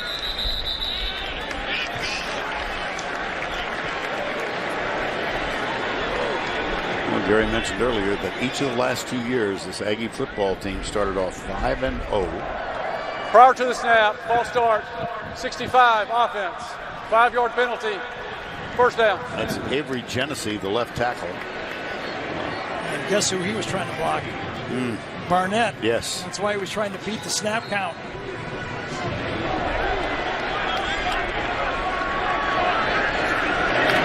Knight, quick flip. Josh Reynolds out to the 27. Clock seat keeps moving. It'll be second down. We mentioned in each of the last two, they lost to Alabama in Game 6 a year ago. They lost to Mississippi State in Game 6 2 years ago. Second down, 8. Knight intercepted. Deflected and picked off by Colton Jumper. Yeah, Malik Foreman made the play, though. We called him out when he didn't do a good job. Now we're going to circle him because he jumped the route and made the play, did Foreman. The game started with a turnover, and watch number 13 get his hands in front of that play. It looked like Noyle was moving away from the ball while Foreman was moving towards the ball, and Jumper is the recipient. Second interception taken off the arm of Trevor Knight today. Well, this Tennessee offense has moved the ball, as Gary has pointed out. Turnovers have been killers for them. They've been doing it between the tackles. That's where they've been making their march. And they try it again. Yes, they do. John Kelly. Could it be? They're certainly in familiar territory. Second down. They'll do it again. Fumbled it again. It's loose inside the 5-yard line. Got it. Yes, they do. My goodness. Nick Harvey.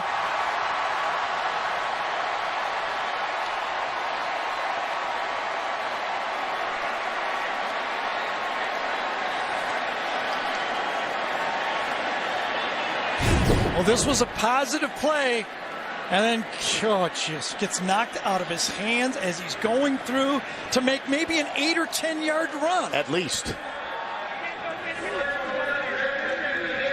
Down.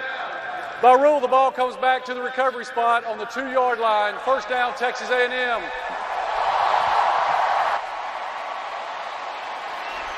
And again, Joshua Dobbs tried to pick it up. Yes, but boy, that is just, this is a play, it's a positive play. He's got it clearly and just coughs it up before he gets hit. Trying to change hands. It's always dangerous to change hands near the line of scrimmage. You got to get in the backfield before you do that.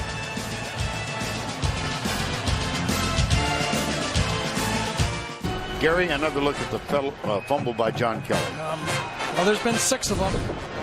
This is number 6. Remember, Kamara had one on a punt, and just one hand on the football as he looked like trying to shift it, popped it loose. He really didn't cough it up himself. That was a hand from A&M that just got it. Berntold called it exactly right. Got a turnover. I thought he might walk right into the end. I did too. They'll go deep again on first down. And it's caught by Josh Reynolds. Yes, indeed. Did he one-hand that? How about that? He's real near the goal line. It's decent coverage, and he did one-handed it and then got it into his other hand. What an athletic play. And I got to tell you, you guys out there, young football players, he was not highly recruited at all out of high school, went to work in junior college, transferred in, and became a real football player. Here's Knight around the end. He played at Tyler Junior College and then came in. He is a young man who twice in his career has scored on touchdown passes in excess of 90 yards. Yeah, the big one this year was against Arkansas, 92 yards after the goal line stand. They just changed the whole football game. Had a 95-yarder last year. Now Ford is back in the lineup. This is where Tennessee has to be mentally tough. Things are not going well for them. They need to get a stop here. That pass in front of Christian Kirk.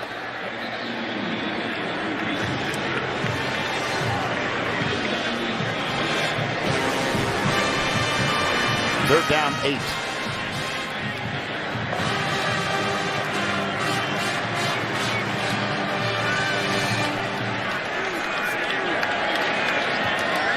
Four wides, 2 to the left, 2 to the right.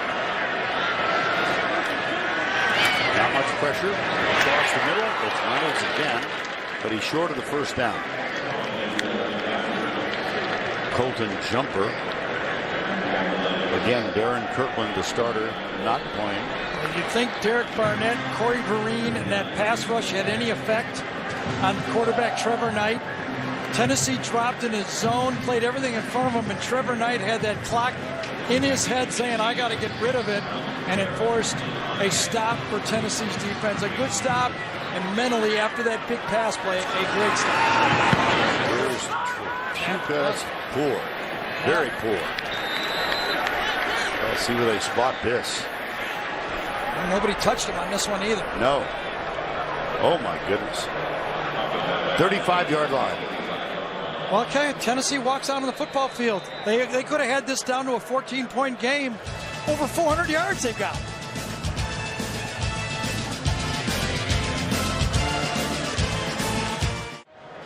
We are back at Kyle Field, and it's time to bring the Aflac Duck back to center stage with the answer to the trivia question, which was, in their first meeting, Tennessee defeated Texas A&M 3-0 in the Gator Bowl. Bowden Wyatt and Paul Bear Bryant were the respective coaches. That was Coach Bryant's last game at Texas A&M. And among those who played for the Aggies in that game, a couple of college football Hall of Famers, John David Crow, Charlie Kruger, and an assistant coach for A&M, a guy you might remember named Bum Phillips. First down 10. They go up the middle again, Gary. Oh, I don't blame him. You know, what will John Chavis do? Trying to close down the middle of that attack, because Tennessee has been at will running the ball against them between the tackles. 409 yards of offense so far by the Volunteers. 2nd and 7.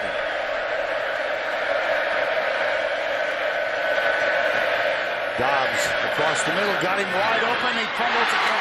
An interception. Yes, it's intercepted by Justin Evans. Jason Kroom. This will not be a fumble. It will be an interception. Justin Evans grabbed it. Yeah, it was a perfect execution, a perfect throw. Has it, bobbles it, coughs it up, and Evans, I think, made the catch. They will review it. But I've really never seen much like this before. It's amazing. Tennessee is only 14 points behind, and I think he did catch it there in this game. This is the time Butch Jones needs to look at his guys and go, we've been clutch all year. We've been tough all year. Stay in the game. We're still in the game, Tennessee is. Sweep. Trayveon Williams. He's slowly climbing toward a 100-yard mark. You know, Kevin, someone on the A&M sideline as nervous as can be. They had a 21-point lead. It could have been down to 7 just a couple minutes ago. Right. And they're leaving this Tennessee team hanging around. He wants a touchdown bad. Can they attack the corners again? They've had success. Instead, they'll give it off to Trayveon Williams. Let's go to Adam Zucker in our New York studio. All right, thank you, Adam. It's Cortez McDowell, the injured player. And if he's forced out of the game, the Tennessee, remember their 2 starting linebackers are gone. Right. One of their backups would be gone. They would have to go to their 3rd string linebacker in this game. On the left side, number 20. Oh, it looks like it was a helmet-to-helmet hit, and he was dazed by it. Jalen Reeds-Maben is the starter. He is here, but he's got a shoulder problem. Until these days, right there with that hit. Oh, yeah.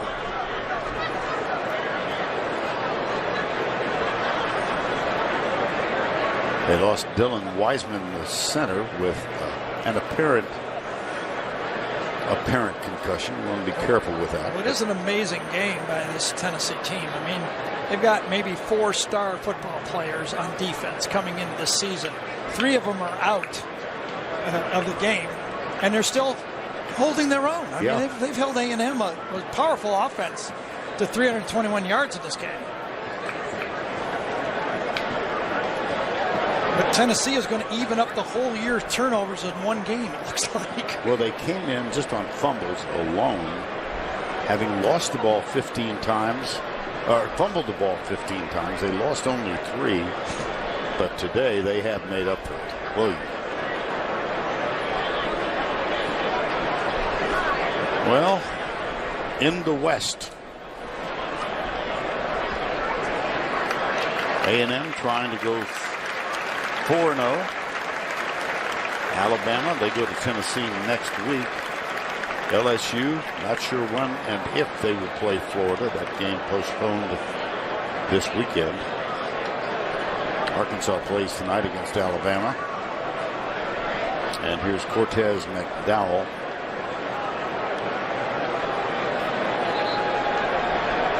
Well, this reminds me of the high school basketball tournament. Yes. Round robin coming up here. It's sure at A&M for Tennessee. Then they host Alabama.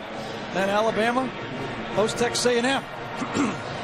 We might know some things about this. I wouldn't mind doing those 3 games. I second that idea. We're doing 2 of them for sure. 3rd down 1. They do the sweep again. Nothing this time. Wow. Colton Jumper. Yeah. Derek Barnett stretched it out enough for Colton Jumper to make the play. Watch Barnett to the outside. Goes upfield and allows Jumper to get off the block and blow up the play. Interesting play by A&M there. Electing to go wide on a 3rd and short. And that brings on Shane Trapuka for the 8th punt. Alvin Kamara is deep for Tennessee. This one held up. And it gets an Aggie roll down to the 6-yard line.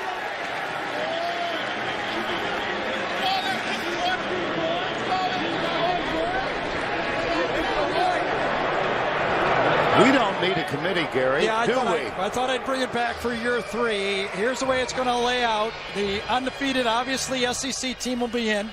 No particular order. Clemson, Miami from the ACC, if they're undefeated, they're in. We do know an undefeated Big Ten team will be in. And let's face it, if Washington runs the table, they'll be in. Louisville, Houston, the Big 12 champ, all need help.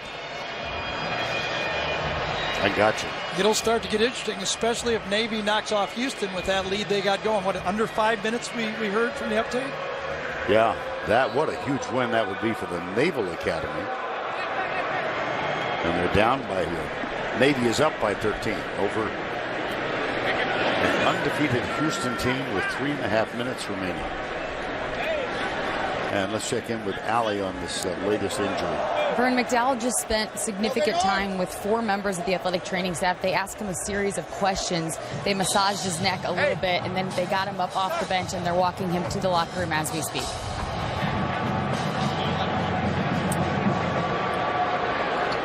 Cortez McDowell. I think it's being reviewed whether the punt went out of bounds before it was down on the 7-yard line. I think that's what's being reviewed.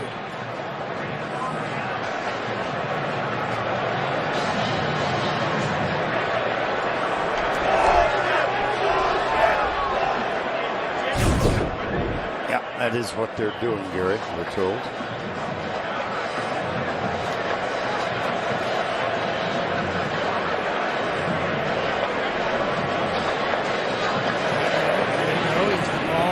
Out of bounds on the, did it hit on that, 18.5 yard line, 17.5 yard line there?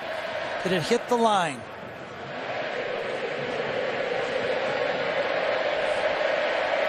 We can't tell from this one. Let's see if we can tell from this one. It's got to go back a little bit. All right, one more time. It looks like that ball might have hit the line. Yes. Oh, yes, it did. See the chalk? Yes, it did. How about that? See, we've got cameras from every angle.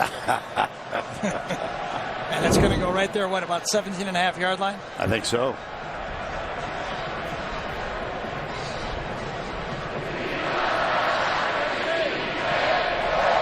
Tennessee alive. What? 6 turnovers. After further review, the ball hit the sideline at the 17.5 yard line. The ball will be placed there. 1st down, Tennessee. Yeah, with 2:16 to go, it's a 2-touchdown game. Nothing. That's like right now, if you're a Tennessee fan, you're just coming in from getting the garage done, cutting the grass, sitting down, and saying, "All right, here we go." Been here. Yeah. If we just don't tell them they turned the ball over 6 times, he may be happier.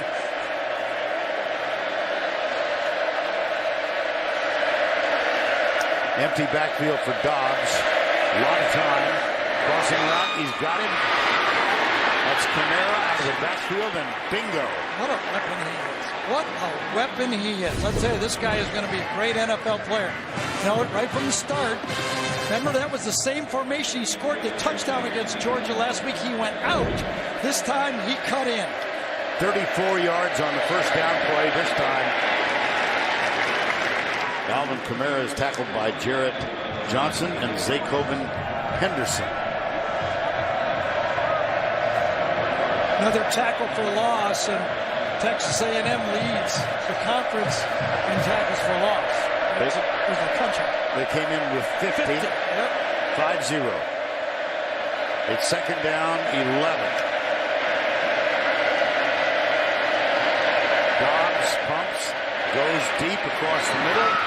It's caught. That is going to be close to a first down. Ethan Wolf, the tight end. Yeah, this was a design play all the way. Fake the wide screen. Ethan Wolf stock blocks like he's going to block for the bubble screen, and then he cuts across the middle of the field. Well designed, well executed play.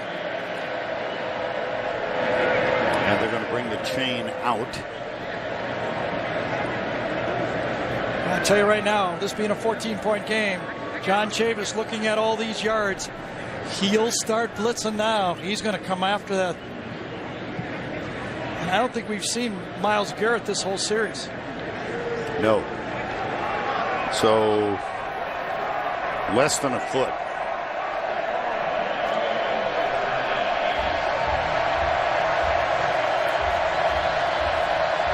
And if I'm Tennessee, I don't know what they'll do. I would not go for a big player, not the Bart Starr play. Okay. I would commit 2 plays to make sure I get this first down. For as many tackles for losses as A&M can give you, I'm getting the first down.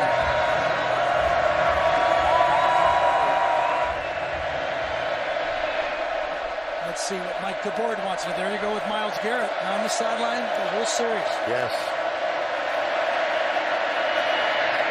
They've got the first down. It's John Kelly, who's the backup, with Jalen Hurd back home. How about the confidence that Butch Jones has in Kelly?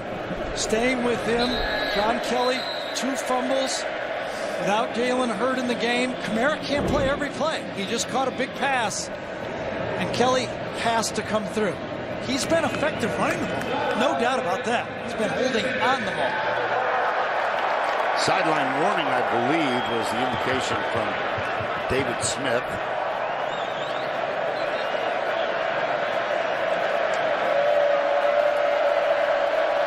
First down, 10.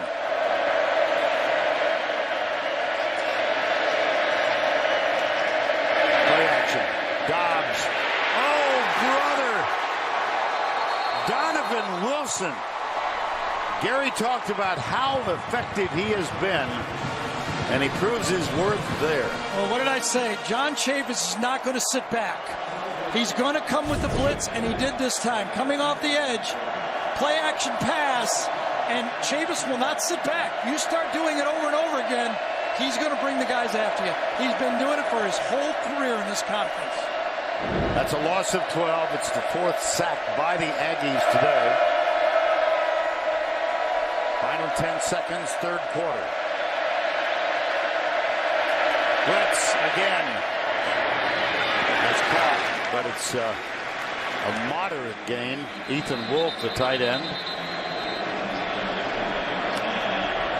Player hurt for A&M. Oh, Donovan Wilson. Yes. Oh, boy.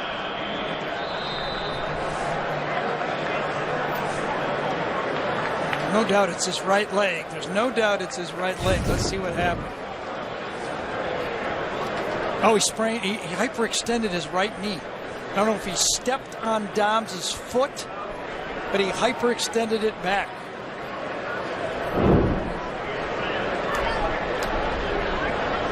Well, while they tend to Donovan Wilson, we have reached the end of 3. It's 28-14. We'll return to College Station right after this message and a word from your local station.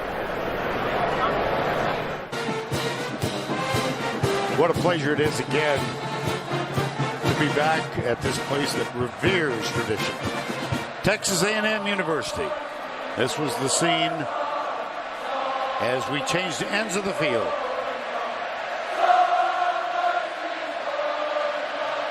Third down and 18. Dobbs back, pressure up the middle, goes deep left side. He's got a man open, and it is tipped away. It was Juwan Jennings. Yeah, but a flag came in late. I don't know if he caught it or not. Did he make the catch? Jennings thinks he did. Now he's down. Man-to-man coverage. I think they called this caught. He had a good matchup. Remember, they haven't gone deep all game. He bobbled it. It looked like he bobbled it when the ball hit the ground. Pass interference on the defense, number 24. Penalty is 15 yards from the previous spot. Automatic first down. Well, we've been talking about all game, Vern, that the Tennessee... Ruling was incomplete. Ruling was incomplete. A&M corners had been sitting on plays. And finally, Mike DeBoer and Tennessee said, let's throw one up. Let's see if one of our big guys can catch one. Well, it appears that Juwan Jennings may have just had the breath knocked out of him and the ball came into his midsection. Hope that's the case. Yes, he's too good of a play. But listen, Tennessee's back down there again. Right. They've been inside the 10 twice. Remember on the screen pass and down there again without points. Now they're down there again. If they score on this drive, that pressure will be definitely on this A&M football team. Corner blitz. Dobbs cuts up, hit from behind, and is stopped. They're trying to rip the ball out. Claude George, number 31.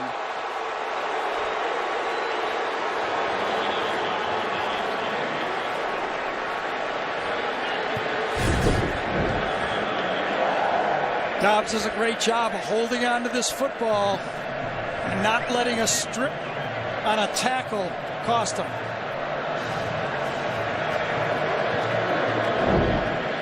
Loss of 4, 2nd and 14.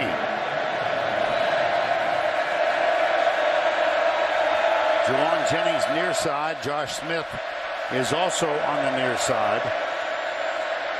And Josh Dobbs out of the spread again. That's Malone going left. Low snap. Dobbs has it. Under pressure. Down. At the 45. Holy cow. Deshaun Hall and Dalen Mack.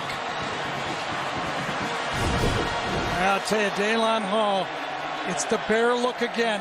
There's no, look at, bear look means 3 guys inside over the guards and the center, and that means the 2 outside rushers have a one-on-one run. And now, maybe a slightly injured, but very fresh Myles Jarrett in the football game. And they got him matched up inside on the true freshman, number 75.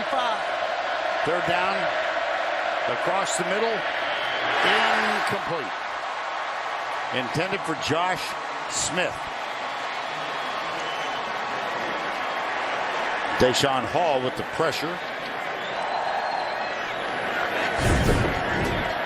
Dobbs got hit just as he let it go. If the ball was out in front of him, he had a chance, but that's a tough throw with that kind of pressure in your face because Hall was barreling in on him. That brings on Trevor Daniel again. This will be his 5th punt. Christian Kirk at the 6.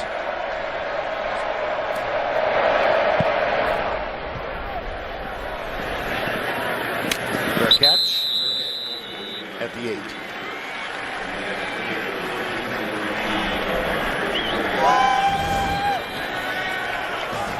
Deshaun Hall, number 10.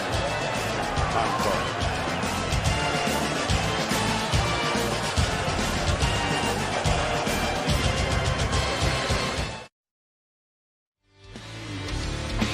And now it's time for our Geico game recap. Well, let's bring you up to date on this battle of undefeateds. It's the 3rd straight game that Tennessee has been down by 10 points at the half. One of the touchdowns scored by Christian Kirk. Butch Jones with a little bit of a look of concern. 6 Tennessee turnovers. There was a Trayveon Williams touchdown.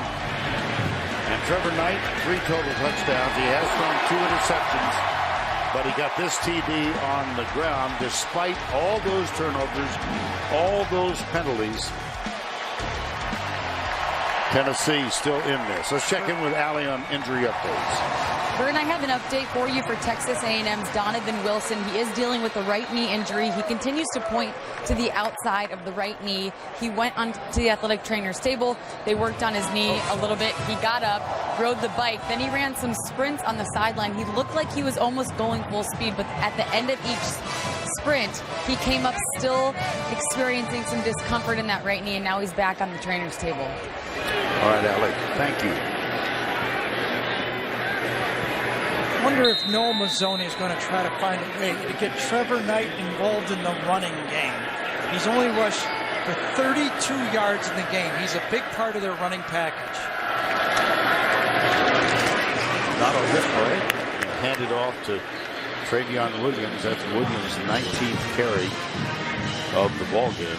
And this A&M team that's been rushing the ball for more than, they have not had a game this year that they did not rush for 200 yards. Right. And they are having trouble running the ball against this, patchwork defense for Tennessee. You got to give a lot of credit to this Tennessee defense. Another defender down. This is Kendall Vickers, number 39.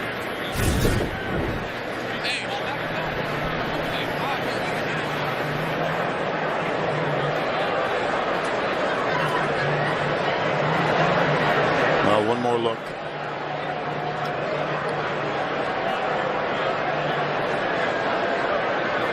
So they will continue. Well, now he's getting up. That's a good sign. Time has been good. Recently renovated Texas A&M's Kyle Field. Aerial coverage today provided by Goodyear. For 60 years, Goodyear has provided aerial coverage of college football's greatest traditions and biggest rivalries. On second down, into the secondary, it's Keith Ford. Big first down for the Aggies. That's a gain of 22. Yeah, we got on him a little bit on the screen pass, but this was great patience and then explosion for a first down. By far his best play of the football game. First down 10. They'll try Ford again, but this time Todd Kelly makes the tackle. Well, in 2014, Trevor Knight, 308 yards passing in a win over Tennessee, and it was complemented by Keith Ford, who had 91 total yards, both now playing for Texas A&M. 2nd and 7, under 12 to go.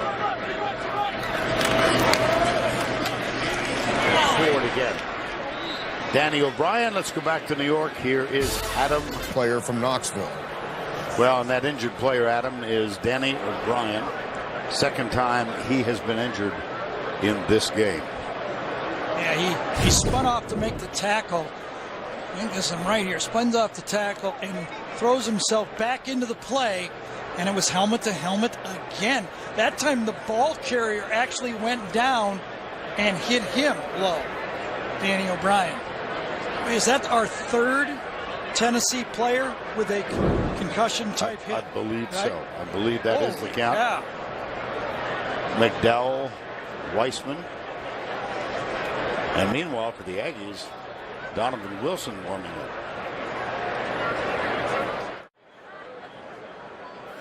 Well, Dan O'Brien still down, and the medical staff in Tennessee out tending to his needs ever so cautiously. Yeah, the way they're securing his head and neck right there, they're very fearful that they don't want anything to happen, turning him over, so they're going to be very, very conservative. They're bringing the stretcher out. Yep, not Never surprised. a good sign.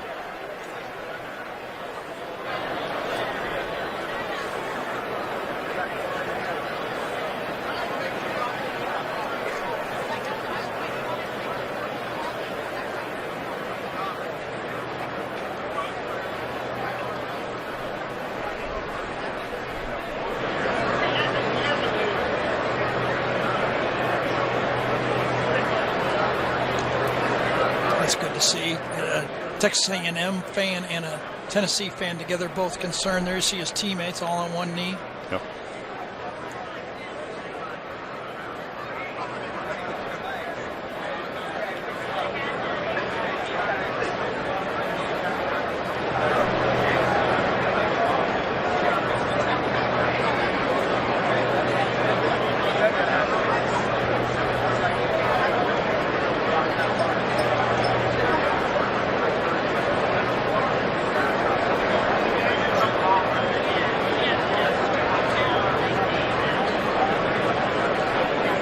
Every precaution being taken now.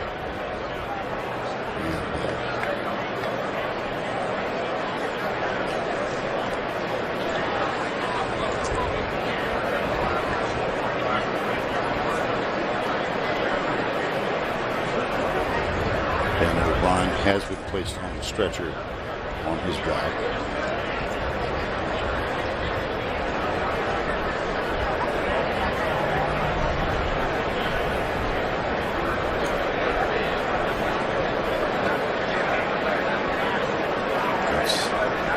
Jalen Reeves and Maitland, Cameron Sutton on the sideline.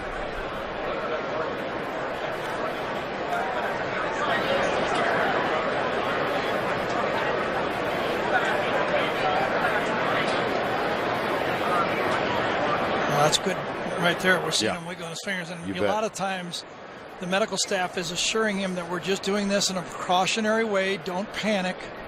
We're just doing this for your own good, to make sure, because he may be saying, I feel fine, and they're going, no, let's just take our time and we're going to do it the proper way.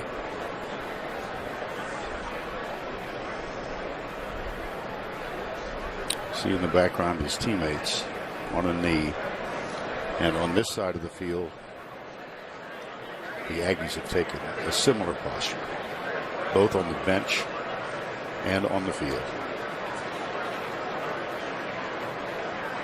And again, the replay, he was spinning off a block, turning, and actually the ball carrier ran into him. He didn't even initiate the hit. Here he is. Let's watch. He takes on a double team like he's supposed to. Then he feels the ball inside, goes down low, but so does the ball carrier at the same time.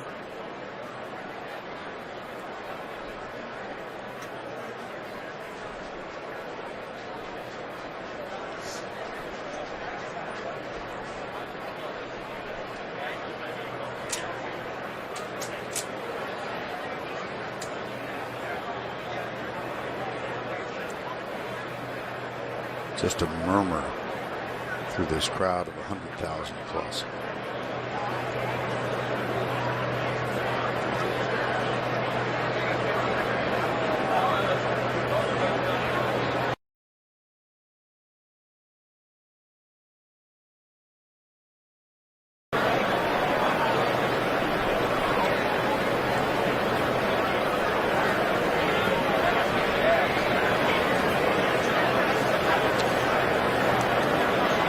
Does resume. This is the toughest part, is you got to go out there and rely on your instincts of playing football now. You can't, your mind can't wander.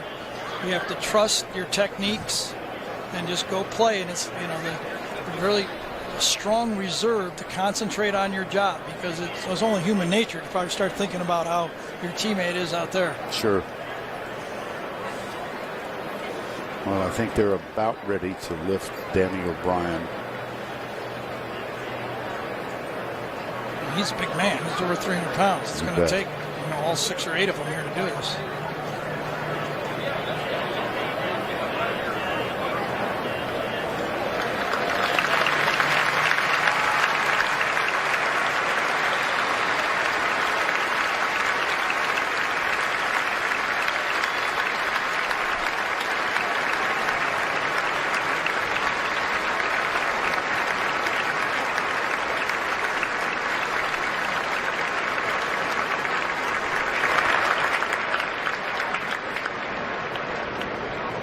Fifth-year senior.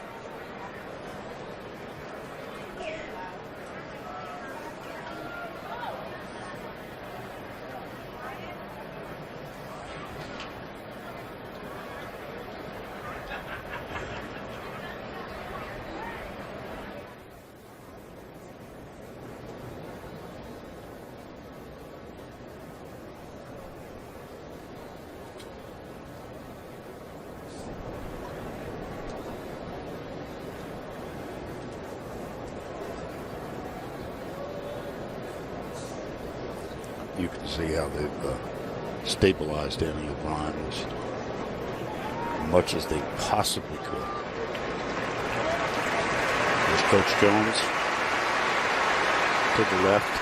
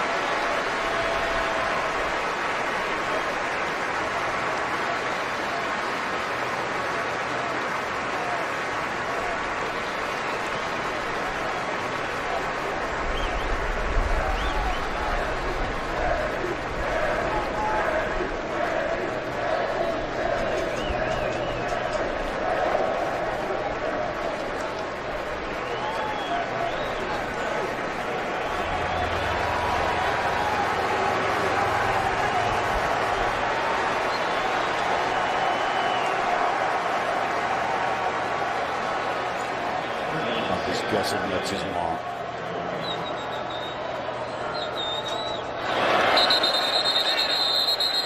And we are back to play. Flag on that first one. Jalen Reed's Maben, Darren Kirkland, Cameron Sutton, Jalen Hurd. Offside on the defense, number 40. And today penalty is they 5 have lost yards. Danny O'Brien, Still third down. Dylan Wiseman, and Cortez McDowell. Well, that takes from 3rd and 6 to what 3rd and a yard, obviously. Really changes your play call. Now you feel you can involve, the play action run instead of the play action pass. They went wide last time, and Barnett blew it up.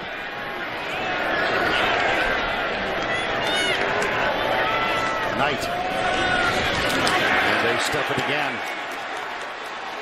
Keith Ford, and let's quickly check in with Allie LaForce. Vern, we do have a glimpse of hope here from Tennessee, telling me that Danny O'Brien is moving all 4 extremities.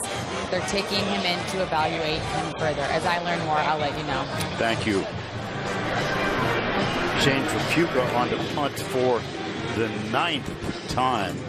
Alvin Kamara waits for it at the 15-yard line.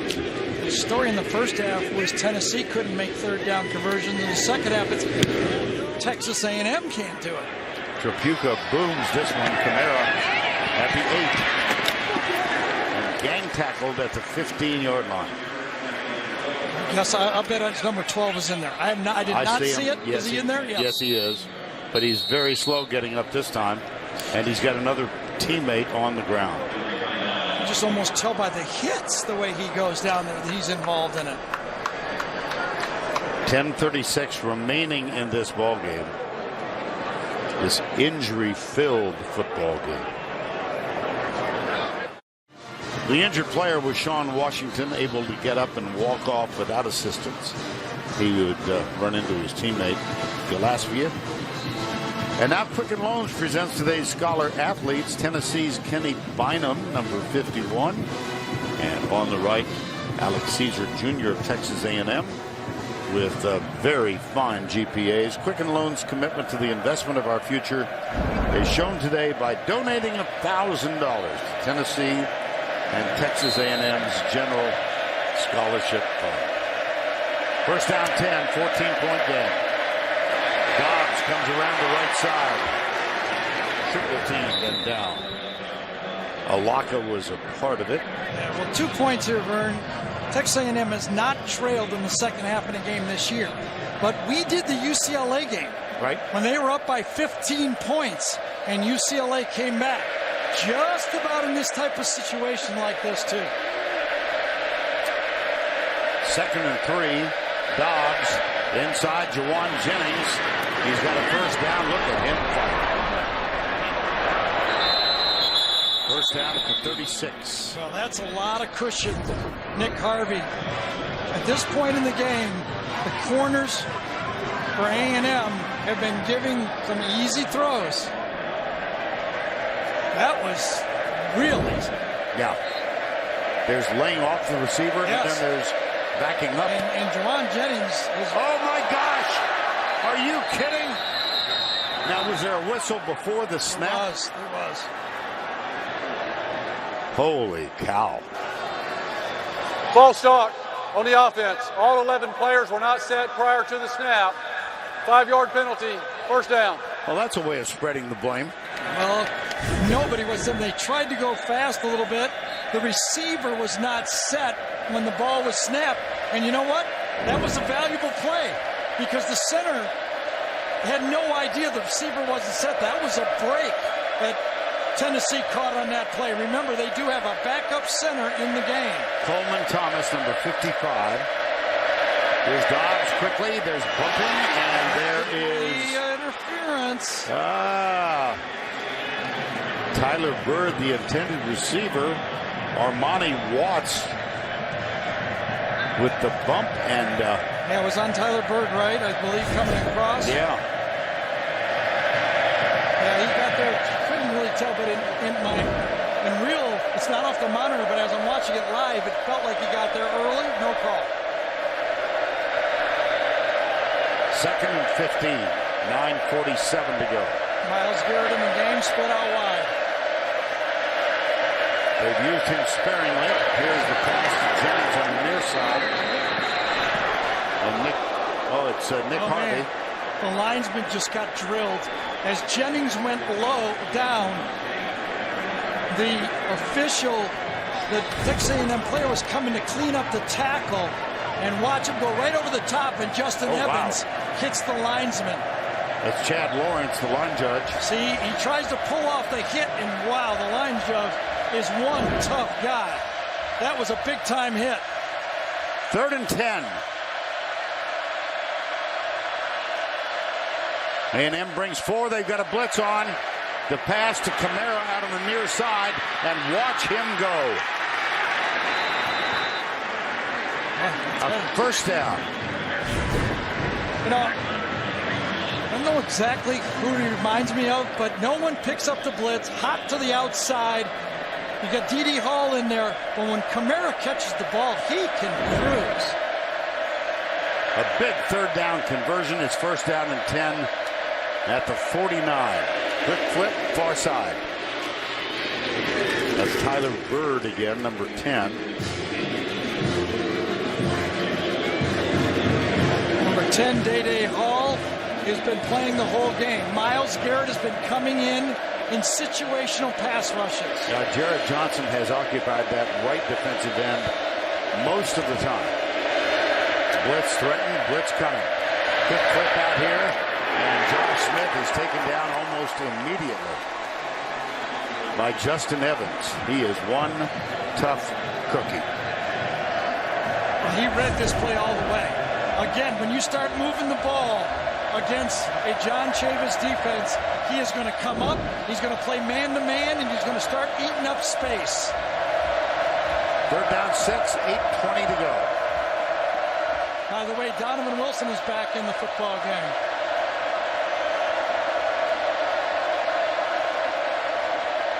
Dobbs takes off.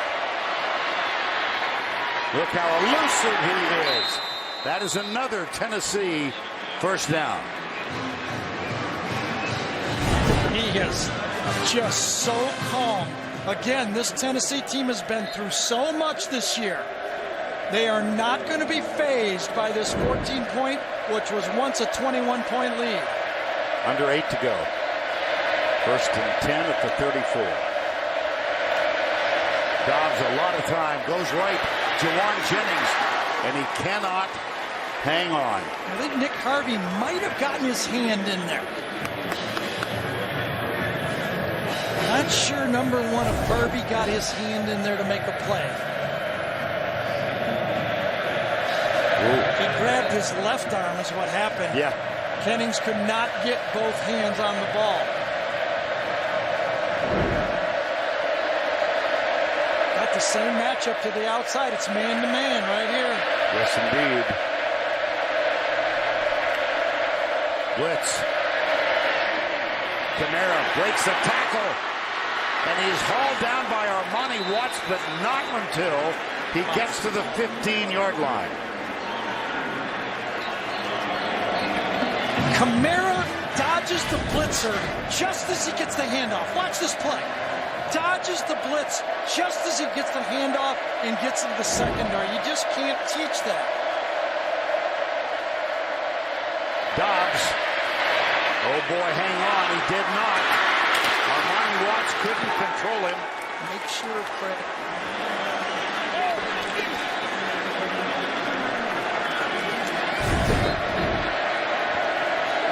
First and goal. Runs through that hard tackle. We've seen this in every game we've watched him. Up the middle. Touchdown. Tennessee. John Kelly.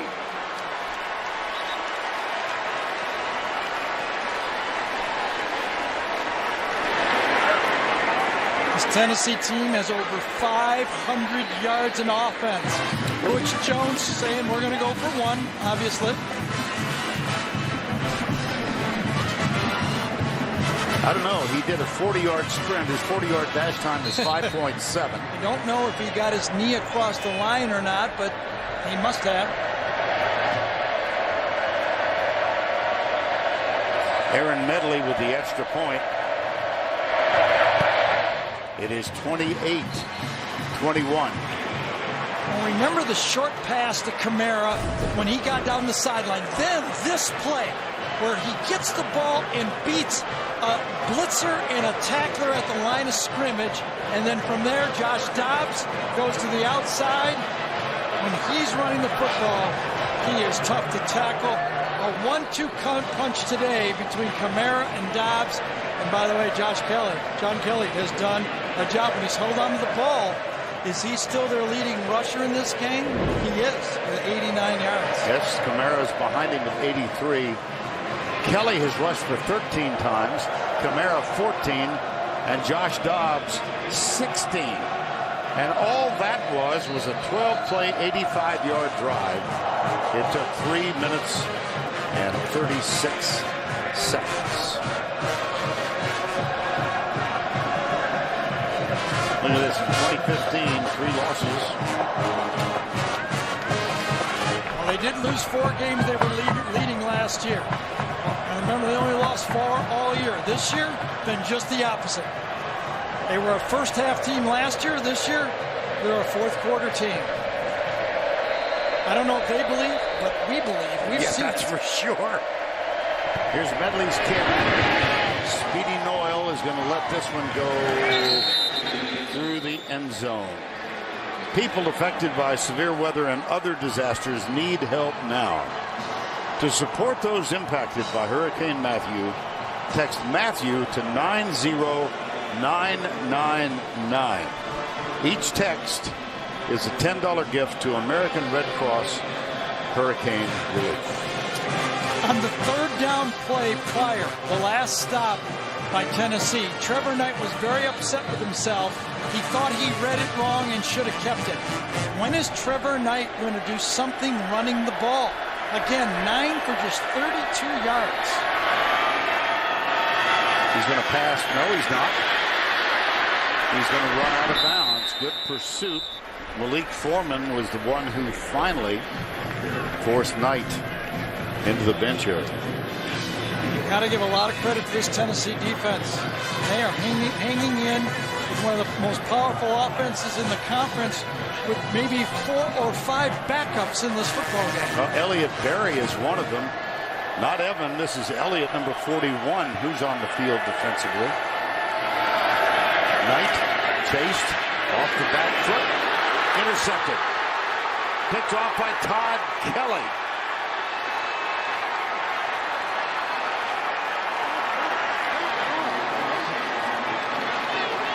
Trevor Knight is sure that it bounced.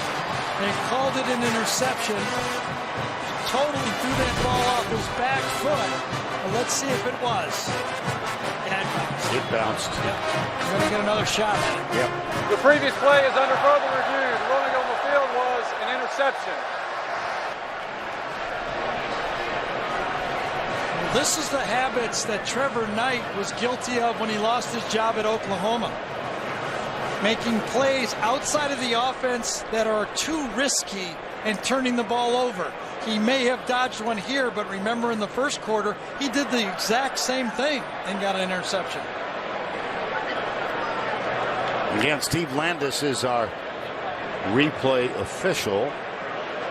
Let's see if we can see if it bounces. It's a little blurry. I don't know if his hand was under the ball. Remember, they called it caught. That was not clear enough. How about this one?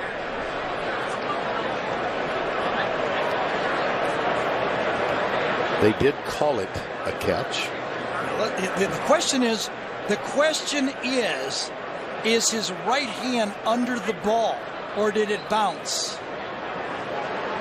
I think it bounced. I do too. Is it enough for the replay official to overrule it?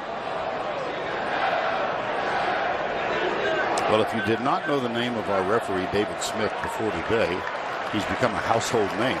After further review, the ball hit the ground prior to the interception. The throw is incomplete. It will be third down on the 27-yard line. Since the UCLA game, when UCLA tied it up, I think this is the biggest pressurized drive that A&M has had this season. Their defense is reeling. They're tired. They're getting the ball ran on them. They badly need to help their team with a first down here. 3rd down and 8. A do-over for the Aggies. Now they're confused defensively. Got him. Yeah, he sure did. Yep. Remember, this happened before on 3rd and 1, and they could not pick it up.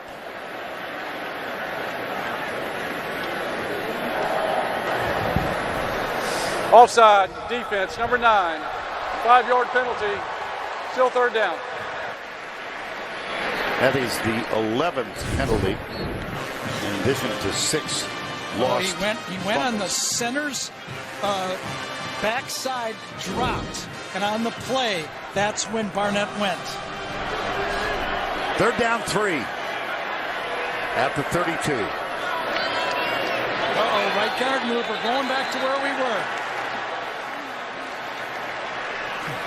Connor Landfear, number Ball 70. start. 70 offense. 5-yard penalty. Still 3rd down. Eric McCoy does the same routine, and this time he pulls off his partner to the right, Landfear. And you notice that Kendall Vickers, number 39, who was out with an injury, is back on the defensive line for Tennessee. Last time in this situation they blitzed. Will they do it again? 5-man look, bare front. Colton Jumper here is the 5th guy that came the time before that almost forced an interception. Will he come again? They stunt. Knight throws it. It's incomplete. Intended for Josh Evans and knocked away by Emmanuel Mosley. Well, Tennessee is starting to feel it. Now they're crowding those first down throws. They don't believe Trevor Knight is going to beat them deep now. They played the first down pass, and they got it. Great play by Mosley. Trafuca on to punt for the 10th time. 10. Yes. And this is not a good one. It does take an Aggie bounce and rolls out of bounds at the 30-yard line. And don't forget, Matt Trafuca's upset with himself now. That's a 43-yard punt, nothing on the return. The Napa play of the game may be that we haven't had it yet. That's presented by Napa Auto Parts. That will be at the conclusion of this one. Well, and Tennessee is now slowly pulling away because A&M can't make first downs. They're going to run their 80th play of this football game, and they're controlling the game on offense, mainly because they can run the ball between the tackles. 43 carries between Kelly Kamara and Dobbs. First down, low snap, Dobbs inside. That one was tipped, I think, by Deshaun Hall. Yes, it was. Yep. I think the snap was what caused it, though. A good snap here, and he's going to be able to hit this throw. Deshaun Hall out of Seattle, moved to Lancaster, a suburb of Dallas, his junior year in high school. Primarily a basketball player as a young man. There they go again. It's Alvin Kamara. That's his 15th carry. And it's 3rd down.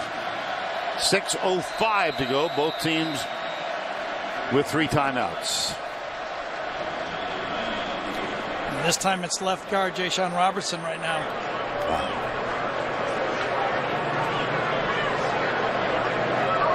Well, all the bumps and bruises, if they can get to next week, they only have Alabama. So I think that's right. And the Aggies are trying to get to next week because they have an open week. Right. And then they get Alabama.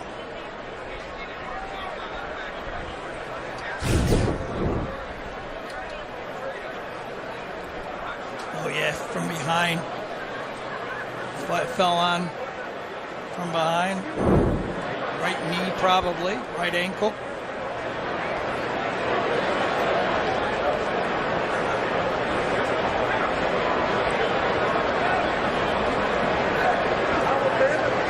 Coach Jones has been on the field so much he's going to get his letter today. He's been out. Yes.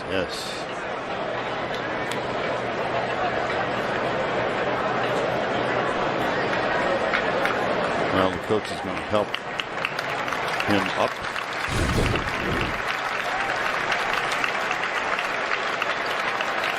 It's kind of hit from behind, falling on his right ankle right there. Now what do you do with Myles Garrett? He has not been real effective coming off the edge. He does not have that normal burst we saw at the beginning of the season. Remember that injury against Arkansas has really made him about a 70% football player. In fact, they're going to put him on the left side. They sure are. And Deshaun Hall will go to the right. 3 down. Denzel Bulware is the backup lineman who's in. 3rd and 7. They will bring 5 here. You watch. They're not standing over there for nothing. Stunts. Dobbs. High. Incomplete. 4th down. Justin Evans. Who else? Sure did. Josh Malone, the intended receiver. And Noel Ellis, number 4, was in on the play, but it was Justin Evans.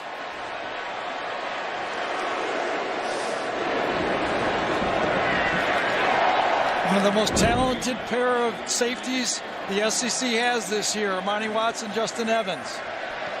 And Trevor Daniel, excuse me. No, he made the play on that one, didn't he? It was a big pop. Here's Daniel to punt on 4th and 7. Christian Kirk at the 20. And a bomb. Just a little too much. So it's a touchback. Stay tuned for the Jeep post-game show coming up after our game. Well, the Aggies haven't done much on offense. They're going to get another shot.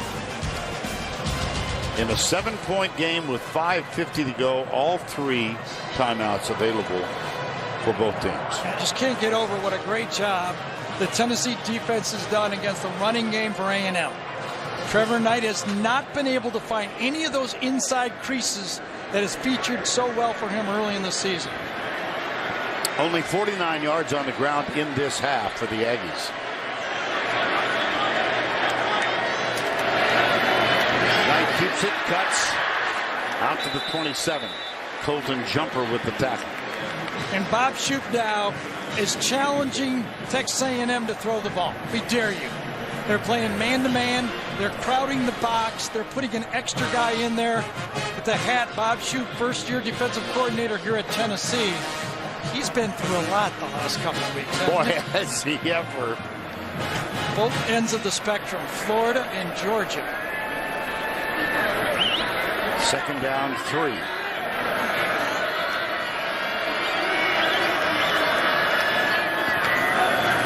They'll go up the middle with Trayveon Williams. That's his.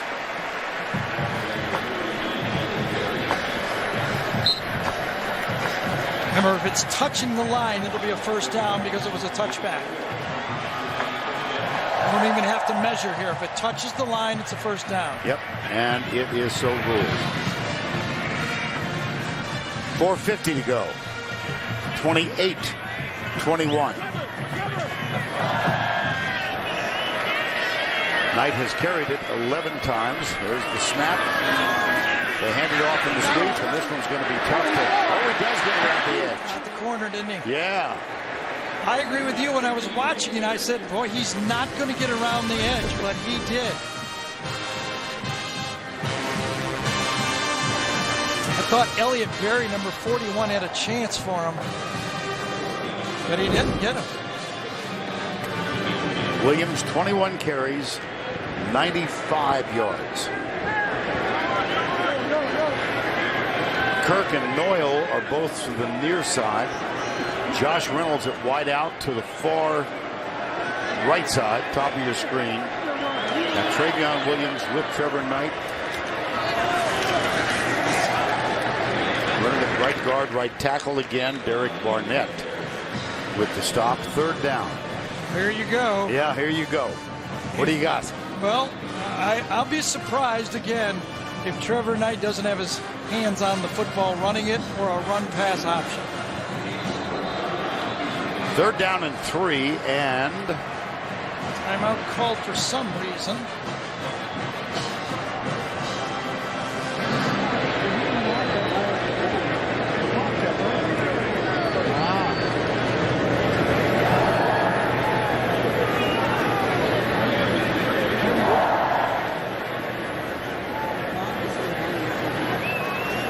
This has to be a clock issue.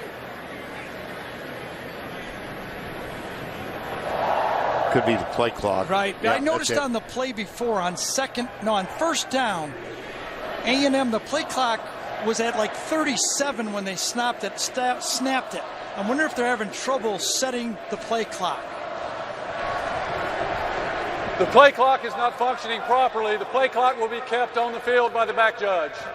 Yeah, the play before it looked like it was out of whack. When they snapped the ball, it had like 37 seconds on it.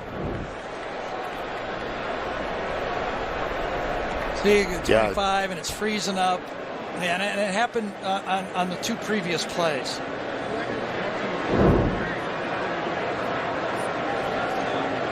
That makes it tough for A&M because they're wanting to bleed the clock now. They don't want to snap it until there's at least 5 seconds on the clock. Right.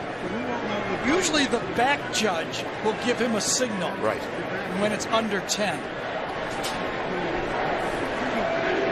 That's Wayne Gautney, the back judge. And that's Trevor Knight, the quarterback, and it's 3rd down and 3 with 3:40 to go in the game. 4-man down for Tennessee defensively. Yes, he did. Here he goes. Here he goes. At the 20. At the 10. Touchdown. Texas A&M.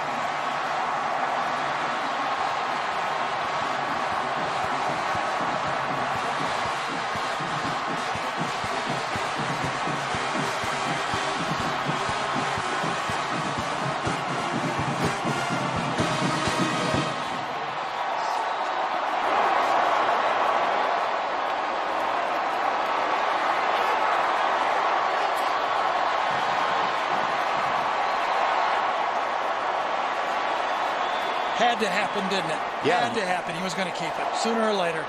I tell you, I watched him on the previous 3rd and short. He was very upset with himself and a misread. He almost knew he was keeping this one no matter what.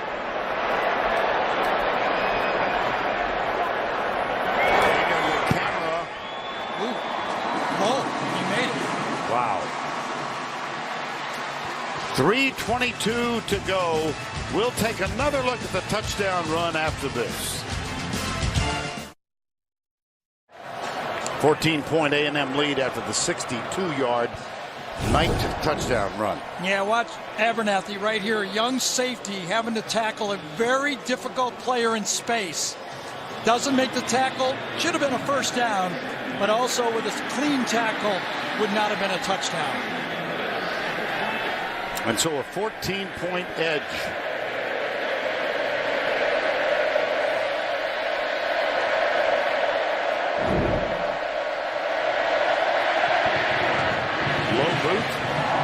Went out of bounds.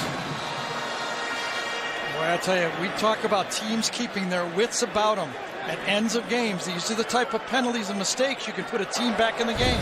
Free kick out of bounds. Number 34 on the kicking team. Ball will be placed at the 35-yard line. 1st down. You give a team field position, game's not over. You got to stay calm and clear at the end of ball games. Remember last week, Vern? Yeah. The touchdown by Georgia, and look what happened. Player goes on the field without his helmet. Referee calls it, costs them 15 yards. Get a short kickoff, allows Tennessee to get field position, and what happens? It only takes one throw. You have to keep your wits about you at the end of football games. 1st down from the 35, Dobbs. He retreats, screen pass, Kamara right side. All kinds of room to the 50-yard line. Well, Kamara has a great play. He's already the leading receiver in this game with over 130 yards. A couple more yards, he could be the leading rusher and receiver. You know, all long time ago football player. He reminds me of Chuck Foreman. Oh, the wow. way he could handle the pass and the run, and as smooth as he was. That's a high tribute. Down the middle she goes. And it is knocked away by Nick Harvey. Intended for Josh Malone.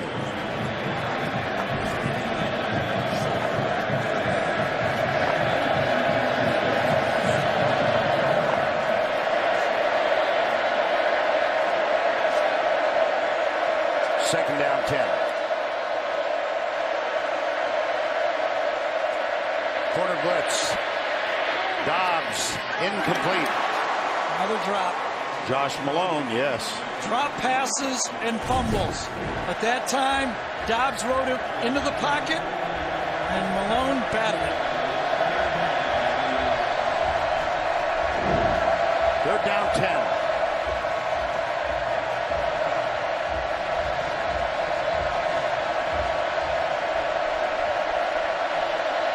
Again, A&M aggressive. They're going after the quarterback.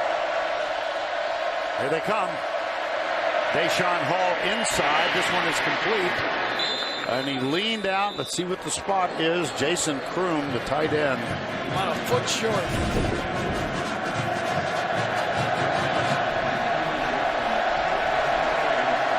Justin Evans with the tackle. It's 4th and a foot. And a 14-point game with 2:35 to go.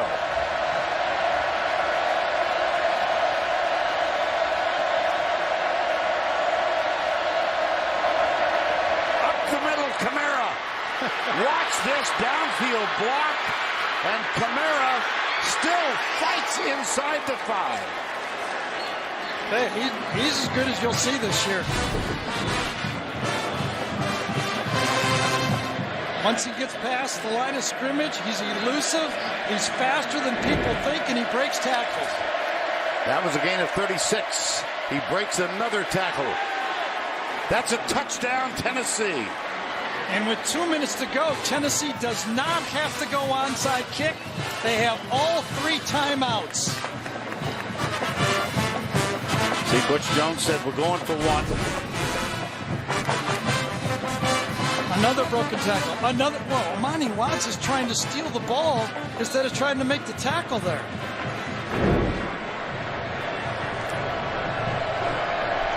Aaron Medley for the extra point. 2:07 to go. Almost the same amount of time as last week. Yeah. Only Georgia had the ball. They could not make a first down. 66 yards in 6 plays. It took all of 1 minute and 15 seconds. Yes. Tennessee will have to bring their hands team in. And I would bet that Tennessee will kick it down deep. 3 timeouts, 2 minutes to go. If they get a stop, they could get this ball back with 1:30 to go. Christian Kirk is up at the 20-yard line. Here's Medley. And they do kick it deep, and it will go over Kirk's head and come out to the 25. Well, gosh, seems like we've been here before. Absolutely. This Tennessee team is very clutch.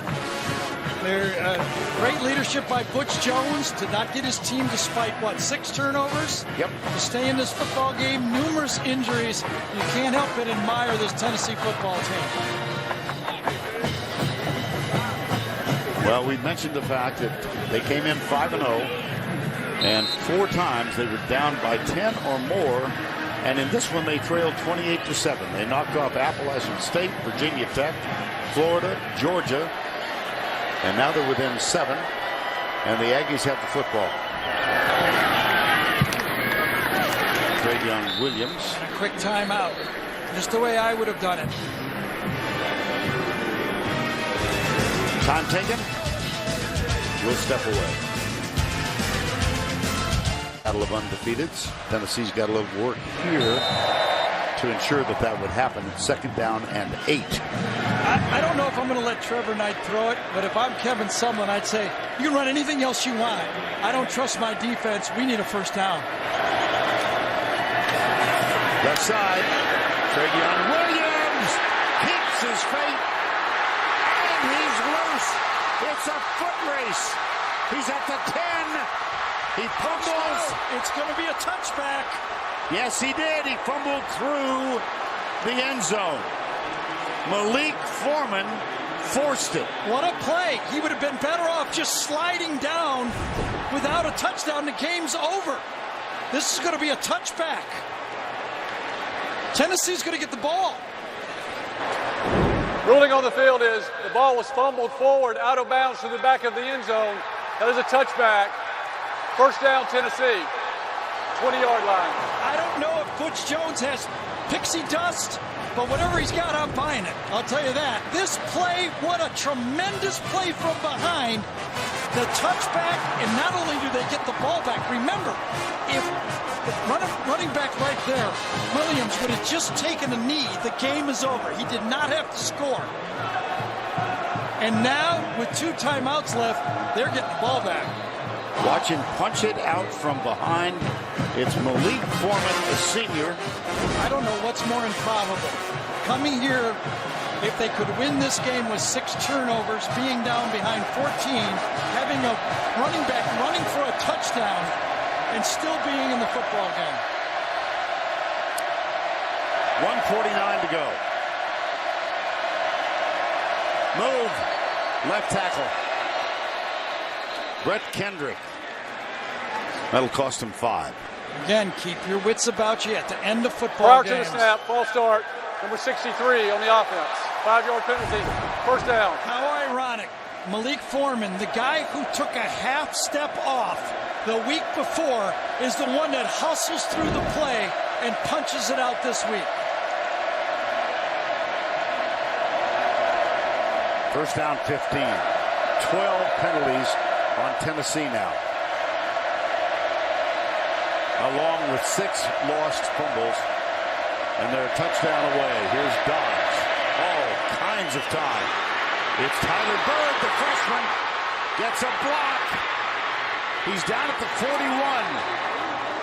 Fastest player on Tennessee's football team, and he was in space. Great pass protection, and Dobbs from the pocket throws a strike. A gain of 44. Dobbs is thrown for 353 now. Here comes the pressure. Dobbs lets it go. It's caught by Jason Kroom. Let's take a look at the previous play. Just a crossing route over the middle. He gets great protection. Look at that pocket. And delivers to the fastest player on Tennessee's football team, Tyler Bird. 1:26 to go. Tennessee, 2 timeouts left. 3 men down for the Aggies.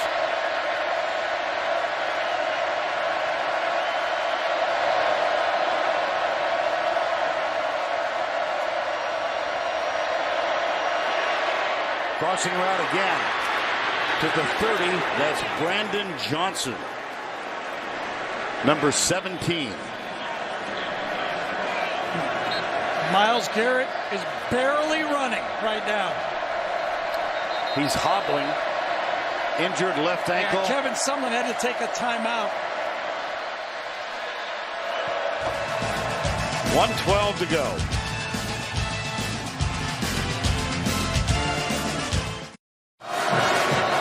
(35-28). Aggies clinging to a 7-point lead. Yeah, the previous play, Myles Garrett tries to spin, but when he spins, he kind of retwists that ankle again. He goes down. I know Kevin Sumlin did not want to burn a timeout here. He's afraid they'll score, but he had no choice. He had a guy on the field, they would have been playing with 10 men. Jawan Jennings, hero of the game last week, the win. And because of the timeout, he gets him back in the game. Jennings top of the screen. Stunts, screen pass. Oh, a lot of space. It's Kamara, who else? And he's to the 18-yard line, perhaps the 17. Kingsley Kiki made the tackle. If you knew that A&M was going to try to get to Dobbs, great call by Mike DeBoard. First and 10. Dobbs will take off. And then he throws it incomplete. He got rid of it and got it out of bounds. Kingsley Kiki, number 88.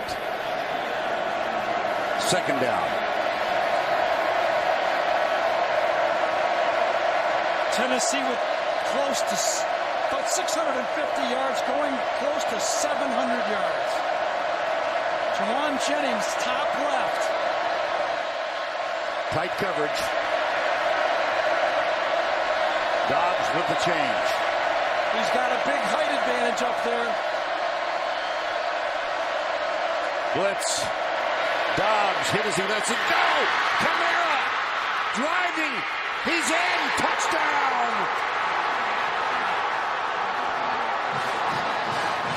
Keep your helmet on. He almost got a 15-yard penalty.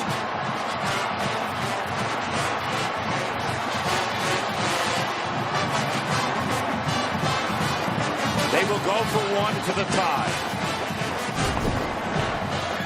Aaron Medley. Parker Henry is the holder. Riley Lovingood is the snapper.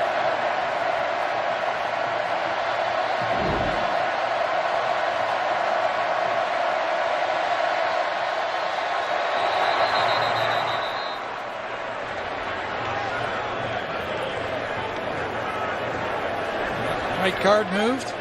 I was looking at Butch there to see if he was going to put two fingers up. With all the injuries he had, I was thinking. On the defense, number 15. Penalty is half the distance to the goal. Replay the try. No, it was Garrett moving first. He's going to decline it. Correction, the penalty is declined. Half the distance to the goal would have been an interesting sure. for two. Decision, yeah. And they apparently will go for one.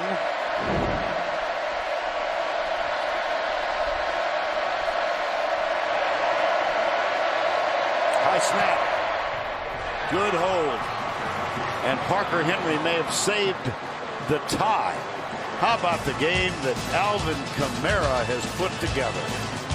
Pixie dust.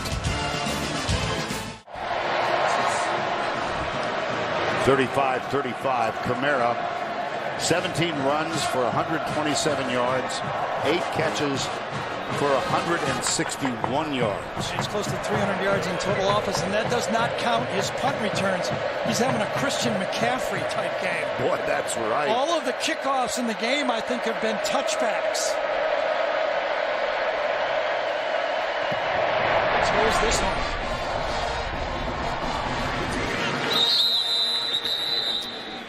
Well, a week ago.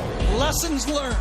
Malik Foreman just slows down for a half a yard. He's got him. He relaxes. Touchdown. Did he learn a lesson? Well, in this game, he played to the last half yard and made the save. A&M uses, well, they have 2 timeouts left. They had to use one on the Myles Garrett injury. You know who's been very quiet in this game for A&M? Christian Kirk. I mean, he started out quick with the touchdown pass, but not much else. Josh Reynolds, top of the screen. 41 seconds to go in regulation. Knight backs up. It's incomplete. Second down and 10. Ooh, it almost bounced up. Yes, it did.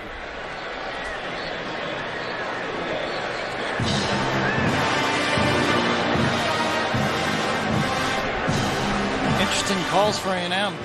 They're not in love with their quarterback throwing from the pocket. They sure as heck don't want to give Tennessee a Hail Mary to finish the game. I would think not. They want to get to overtime. It's just, remember like the UCLA game, we talked about it early. They had a 15-point lead. They got tied late. They won it in overtime. Second and 10. Here's Williams. Clock will stop on the first down. Yep. That's a gain of 14. Now they feel better about where they are and what they can call. LaCamera, if you're thinking field goal, the sophomore, his longest of the year is 48 yards. He's 11 of 14. Here's Knight back. Across the middle, got it open. It's Christian Kirk, and he falls backwards out of bounds at the 40-yard line. We had to wonder first when Trevor Knight would run, and then when Christian Kirk might catch a pass. He has been very quiet. He is their playmaker. First down at the 40 with 23 seconds left. Aggies have 2 timeouts, as do the Volunteers. Can Corey Vereen or Derek Barnett help out the secondary? Speedy Noyle in motion number 2. Knight, play action, goes deep to Christian Kirk, left side. Good coverage. That was Malik Foreman.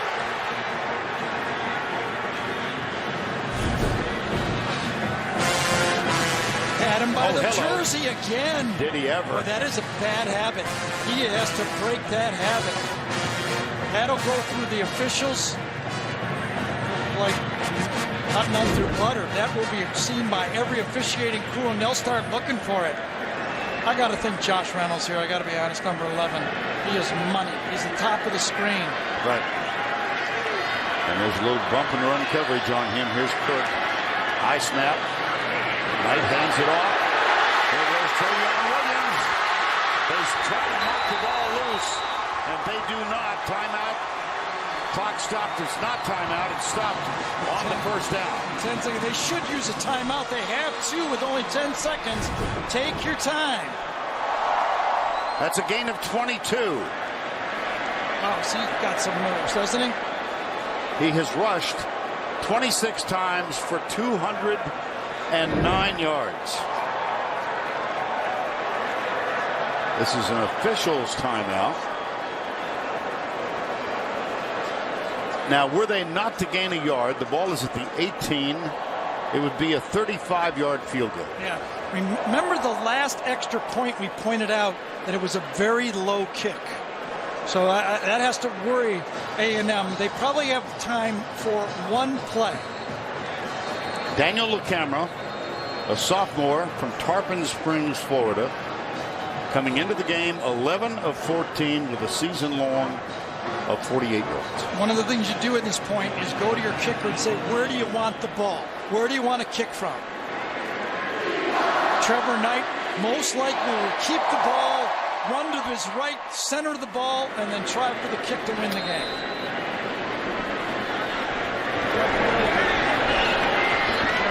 Here's Knight, goes to the center, and takes a knee, almost. And they call time. Well, Tennessee is saying, well, this is well within our point of reference. Right. At 8 seconds left.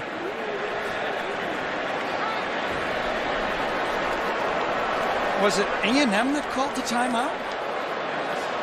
Yeah. Why did they not get it all the way down to 1 second? I thought it was going to be Tennessee trying to save a few seconds.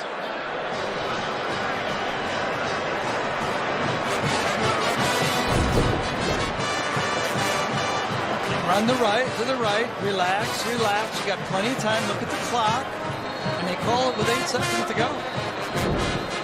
Well, the snapper is going to be Christian Robertson out of Grapevine, Texas. The holder will be Connor McQueen.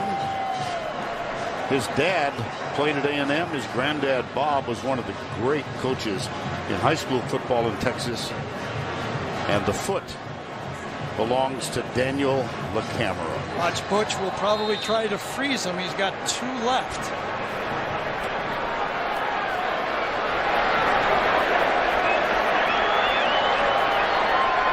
And they're waiting for, there we go. Butch called. Timeout, Tennessee, their second. This will be a 30-second timeout. Well, coming up tonight on CBS, we'll begin with NCIS and NCIS New Orleans, followed by a new edition of 48 Hours tonight, only CBS. Josh Dobbs has assumed a prayerful posture.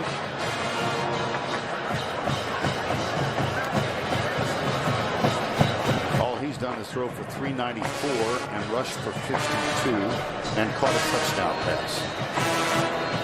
One of these teams is going to remain undefeated.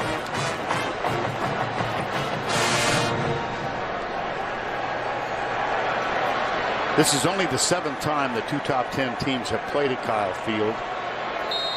The last Aggie win in one of these was in 1975 when they defeated Texas. 8 seconds to go. Did it again. Earned another one. Now, Tennessee, their third. This will be a 30-second timeout.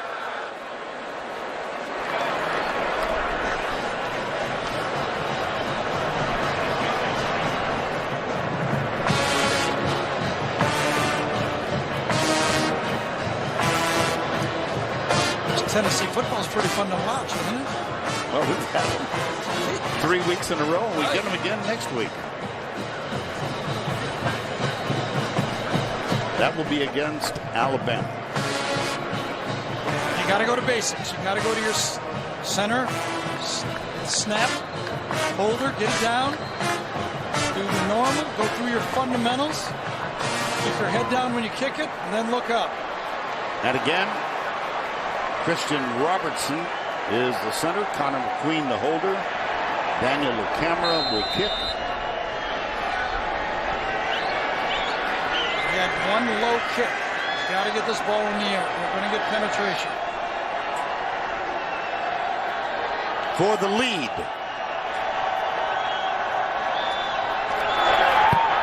He missed it.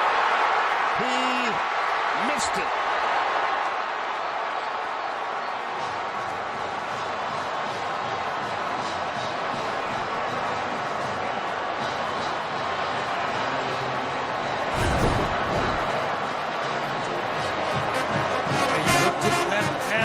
Low and left.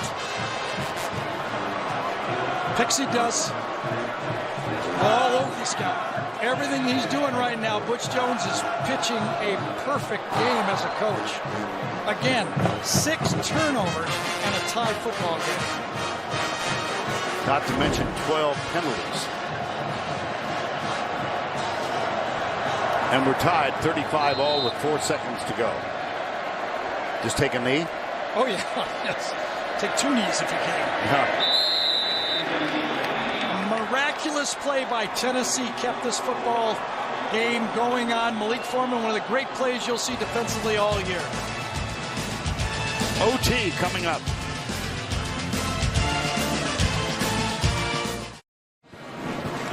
We're back at College Station, Texas, Kyle Field. And this overtime is made possible by Chick-fil-A. Gary, take us through the overtime rules, if you would. Well, the most important thing to remember is that both teams get an opportunity. It's like a baseball inning. And then in the third overtime period, that's when you have to start going for 2.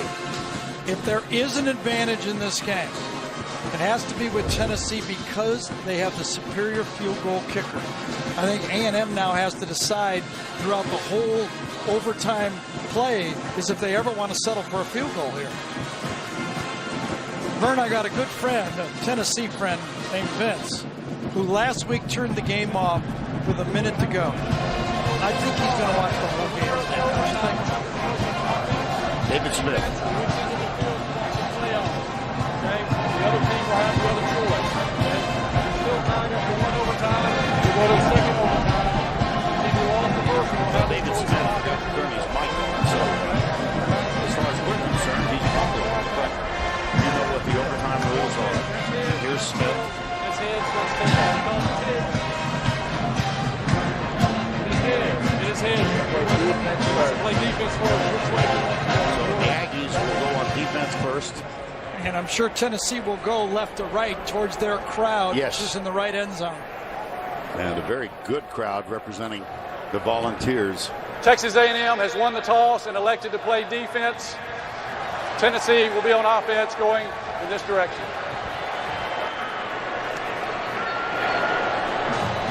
The other advantage Tennessee has is they're catching a very tired A&M defense. They've had 95 offensive plays run against them in this football game. A&M was what?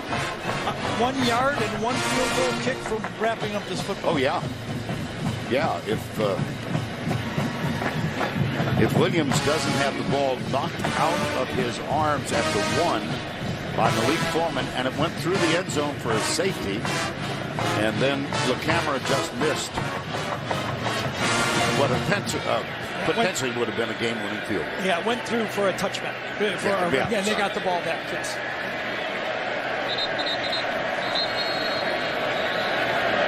From the 25, here come the Volunteers. So the lineup for tonight will begin as soon as this one is in the books.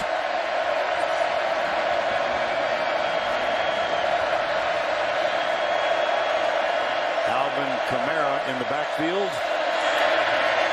Nothing this time. Yeah, I mean, Josh Dobbs is upset that time, just like Trevor Knight, that he didn't keep it. That's a read play. He's got a lead blocker, and as soon as he handed it off, he knew he should have kept it. Watch this. Watch him go, oh, no, I should have kept that ball. It's Myles Garrett who got the tackle. 2nd down and 10.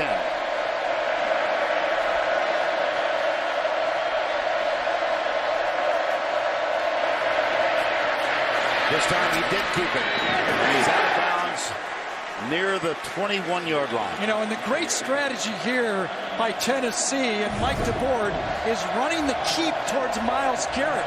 He just doesn't have the speed. A healthy Myles Garrett might make that play. He cannot get out there and stop Dobbs. Wouldn't be shocked if it goes that way again.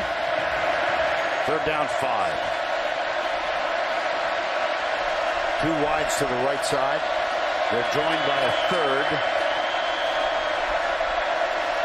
Here's Dobbs rolling right.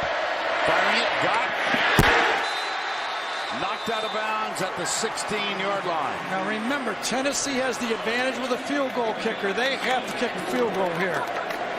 That puts the pressure on A&M. They don't want their field goal kicker to have to kick. Aaron Medley is the kicker, the senior. Parker Henry will hold it. Riley Lovingood will snap it. Medley for the season is 4 of 6 with a long of 39. This will give Tennessee the lead from 34 yards out.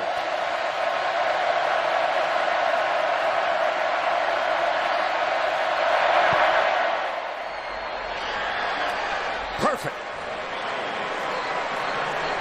Well, effective might be a better. It didn't go real high. No, but if it goes through those 2 yellow poles that's that right. stick up. Because I was worried about it. It didn't have the height and it wasn't pretty, but effective.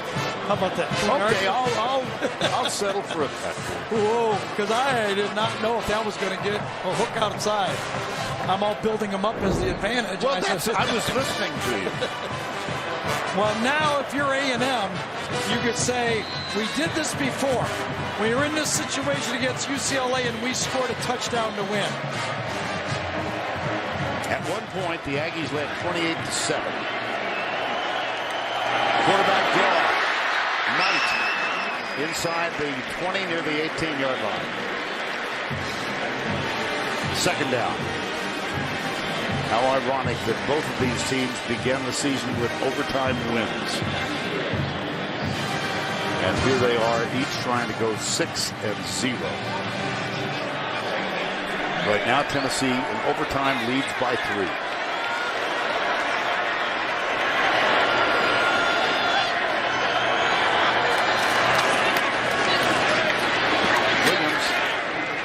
Yeah, he pinged around there and still went forward and fell for it. Kept those legs going.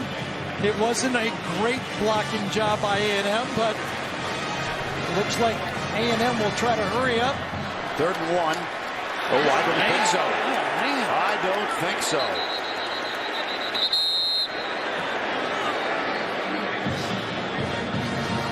No doubt Tennessee knew what was coming. Look at them crowd this in. They were looking for the quarterback sneak and got stuffed inside, and he didn't even come close.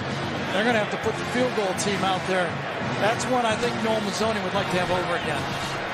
And that, once again, is going to put it on the right foot of Daniel Kamara. He just missed with a chance to give the Aggies the lead. Robertson the snapper, McQueen, the holder, Kamara, to keep this thing going in overtime. But Jones going to call a timeout again? Worked last time. Yes, he is. Timeout, Tennessee. They're first. With 8 seconds to go in regulation, this was Kamara at the other end, Gary. Yeah, he hooked this one badly. No height on it. He has to be thinking about that. He's not been able to get the ball up in the air, and when you pull him low, you really start thinking about what's wrong with my swing. So Butch Jones is going to give Kamara a chance to think it through. Josh Dobbs had the prayerful posture when Kamara lined up for the potential game winner. That was from 38 yards out. This one a little closer. 4th and 1.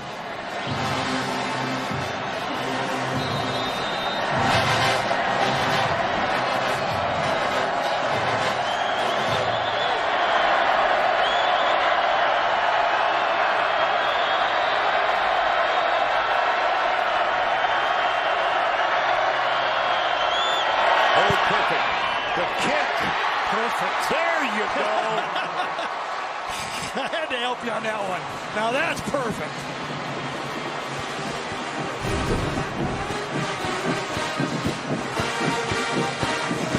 Nice job on the hold. Sure was. Got those legs going forward. And that ball is the way it's supposed to look. Coming up tonight on CBS when this one is complete, NCIS followed by NCIS New Orleans, and a new edition of 48 Hours. Sun has descended to the west, and we go to the other end of the field, and a flag is thrown. False start. Texas A&M. False start. 65 offense. 5-yard penalty. First down. You might understand it if it was A&M on the road, but they've had a number of those false starts. There's no noise here. I mean, nope. when they have the ball. So a first down 15, ball back up to the 30. You do have to admit, I mean, he's got number 9 out here, and he's trying to cheat that snap count, and it's costing him. Nice. They go up the middle again. And they get to the 25-yard line. They being the Aggies, Colton Jumper with a tackle on Trayveon Williams. Second down 10. They got the 5 back. Williams, the freshman, 28 carries, 216 yards. But a costly fumble. Knight will throw. Deep down the middle, he's got Christian Kirk. It is ruled a catch at the 1. I don't know. He underthrew it. Let's see if it bounces. Can he get his hands underneath it or not? They're going to try and get the snap before they replay it. Yes, he did. He did. He got his hands underneath it. Yes, he did. He had him wide open. They're going to replay it. Good job of the replay official. It's a big play. The previous play is under further review. The ruling on the field was completed catch. And I think it's going to stand, but he had him wide open on the play. Yep, he's going to get that one. Yes, indeed. Todd Kelly was playing off, got inside, a good throw. He'd have walked into the end zone, kind of pulled the string on it a bit, aimed it a little bit, but he got the completion.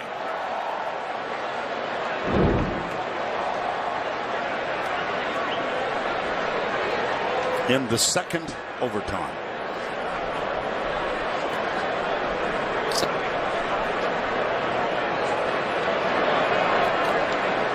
Just a little wiggle by Christian Kirk that time froze Kelly. Watch him, just a little wiggle, and then right down the middle.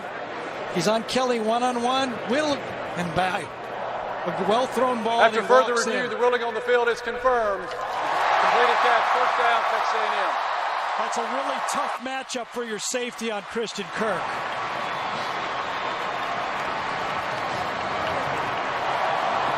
Kirk now 7 catches, 80 yards. It was right down here against UCLA that Trevor Knight ran to the left side, kept it for a touchdown. First down, goal. Guess what? It's Knight. Guess what? He got in. It was a tougher run, but Trevor Knight has put the Aggies on top 44-38. Same play, the exact same play. Tennessee was ready for it, but Trevor Knight was a little too strong. Runs right through the tackle near the goal line. Bounces and lunges forward, going to stand. It was Derek Barnett with the contact, and Malik Foreman flew right over Trevor Knight. And now the extra point attempt from Daniel LaCamera.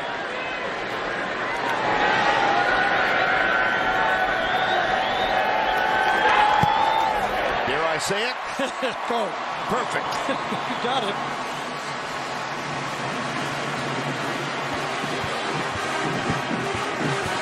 So now the responsibility back to Joshua Dobbs. Here's the catch by Christian Kirk. And Trevor Knight, as Gary said, he scored on this same play against UCLA to give them the win on the season opener.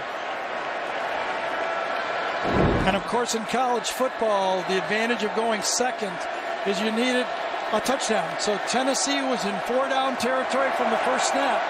A&M was playing 3-down offense because they had to save a field goal. It's a completely different look for this A&M defense. They are now going into the noise emanating from those fans.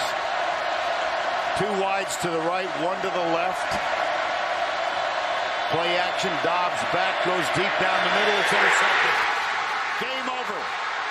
Armani Watts with the interception. The Texas Aggies are undefeated. They are 6-0 for the first time since 1994.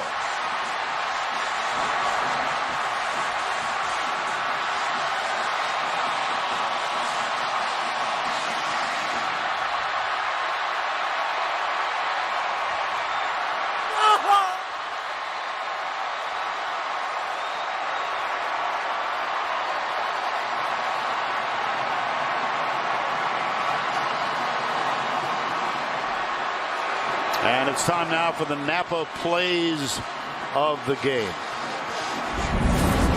Well, remember, this drive in overtime started with a penalty. They were backed up, and then good pass protection, had them wide open. A great catch by Kirk. You knew they were coming back with Trevor Knight, and that was the one for the touchdown. Barnett tried to stop Knight, couldn't. Let's go down to Allie LaForce. Coach, Tennessee tried its second half magic against you, but that magic ran out. What allowed your team to prevail? I don't know. We just kept playing. You know, we made a lot of mistakes. Trayveon on a long run gets it punched out to seal the game. But, you know, guys just kept playing. What a crowd, huh? What a game. 6-0 for the first time since '94. What statement did this game make about your program? Well, we've been limping around the last couple of weeks. We got a bye week. Finally, we can get healed up, healthy, right in the middle of the season. Bye weeks are a lot more fun when you win the game. Congratulations, Coach. Enjoy. All right, thank you. Well, I think apropos also for Tennessee to end the game on a turnover. They had 7 of them. the pixie dust evaporated. But boy, they gave it a run, didn't they? The Volunteers of Tennessee. This one is in the books for Gary Danielson and Allie LaForce. I'm Vern Lundquist saying so long from College Station, where the Aggies win it in double OT.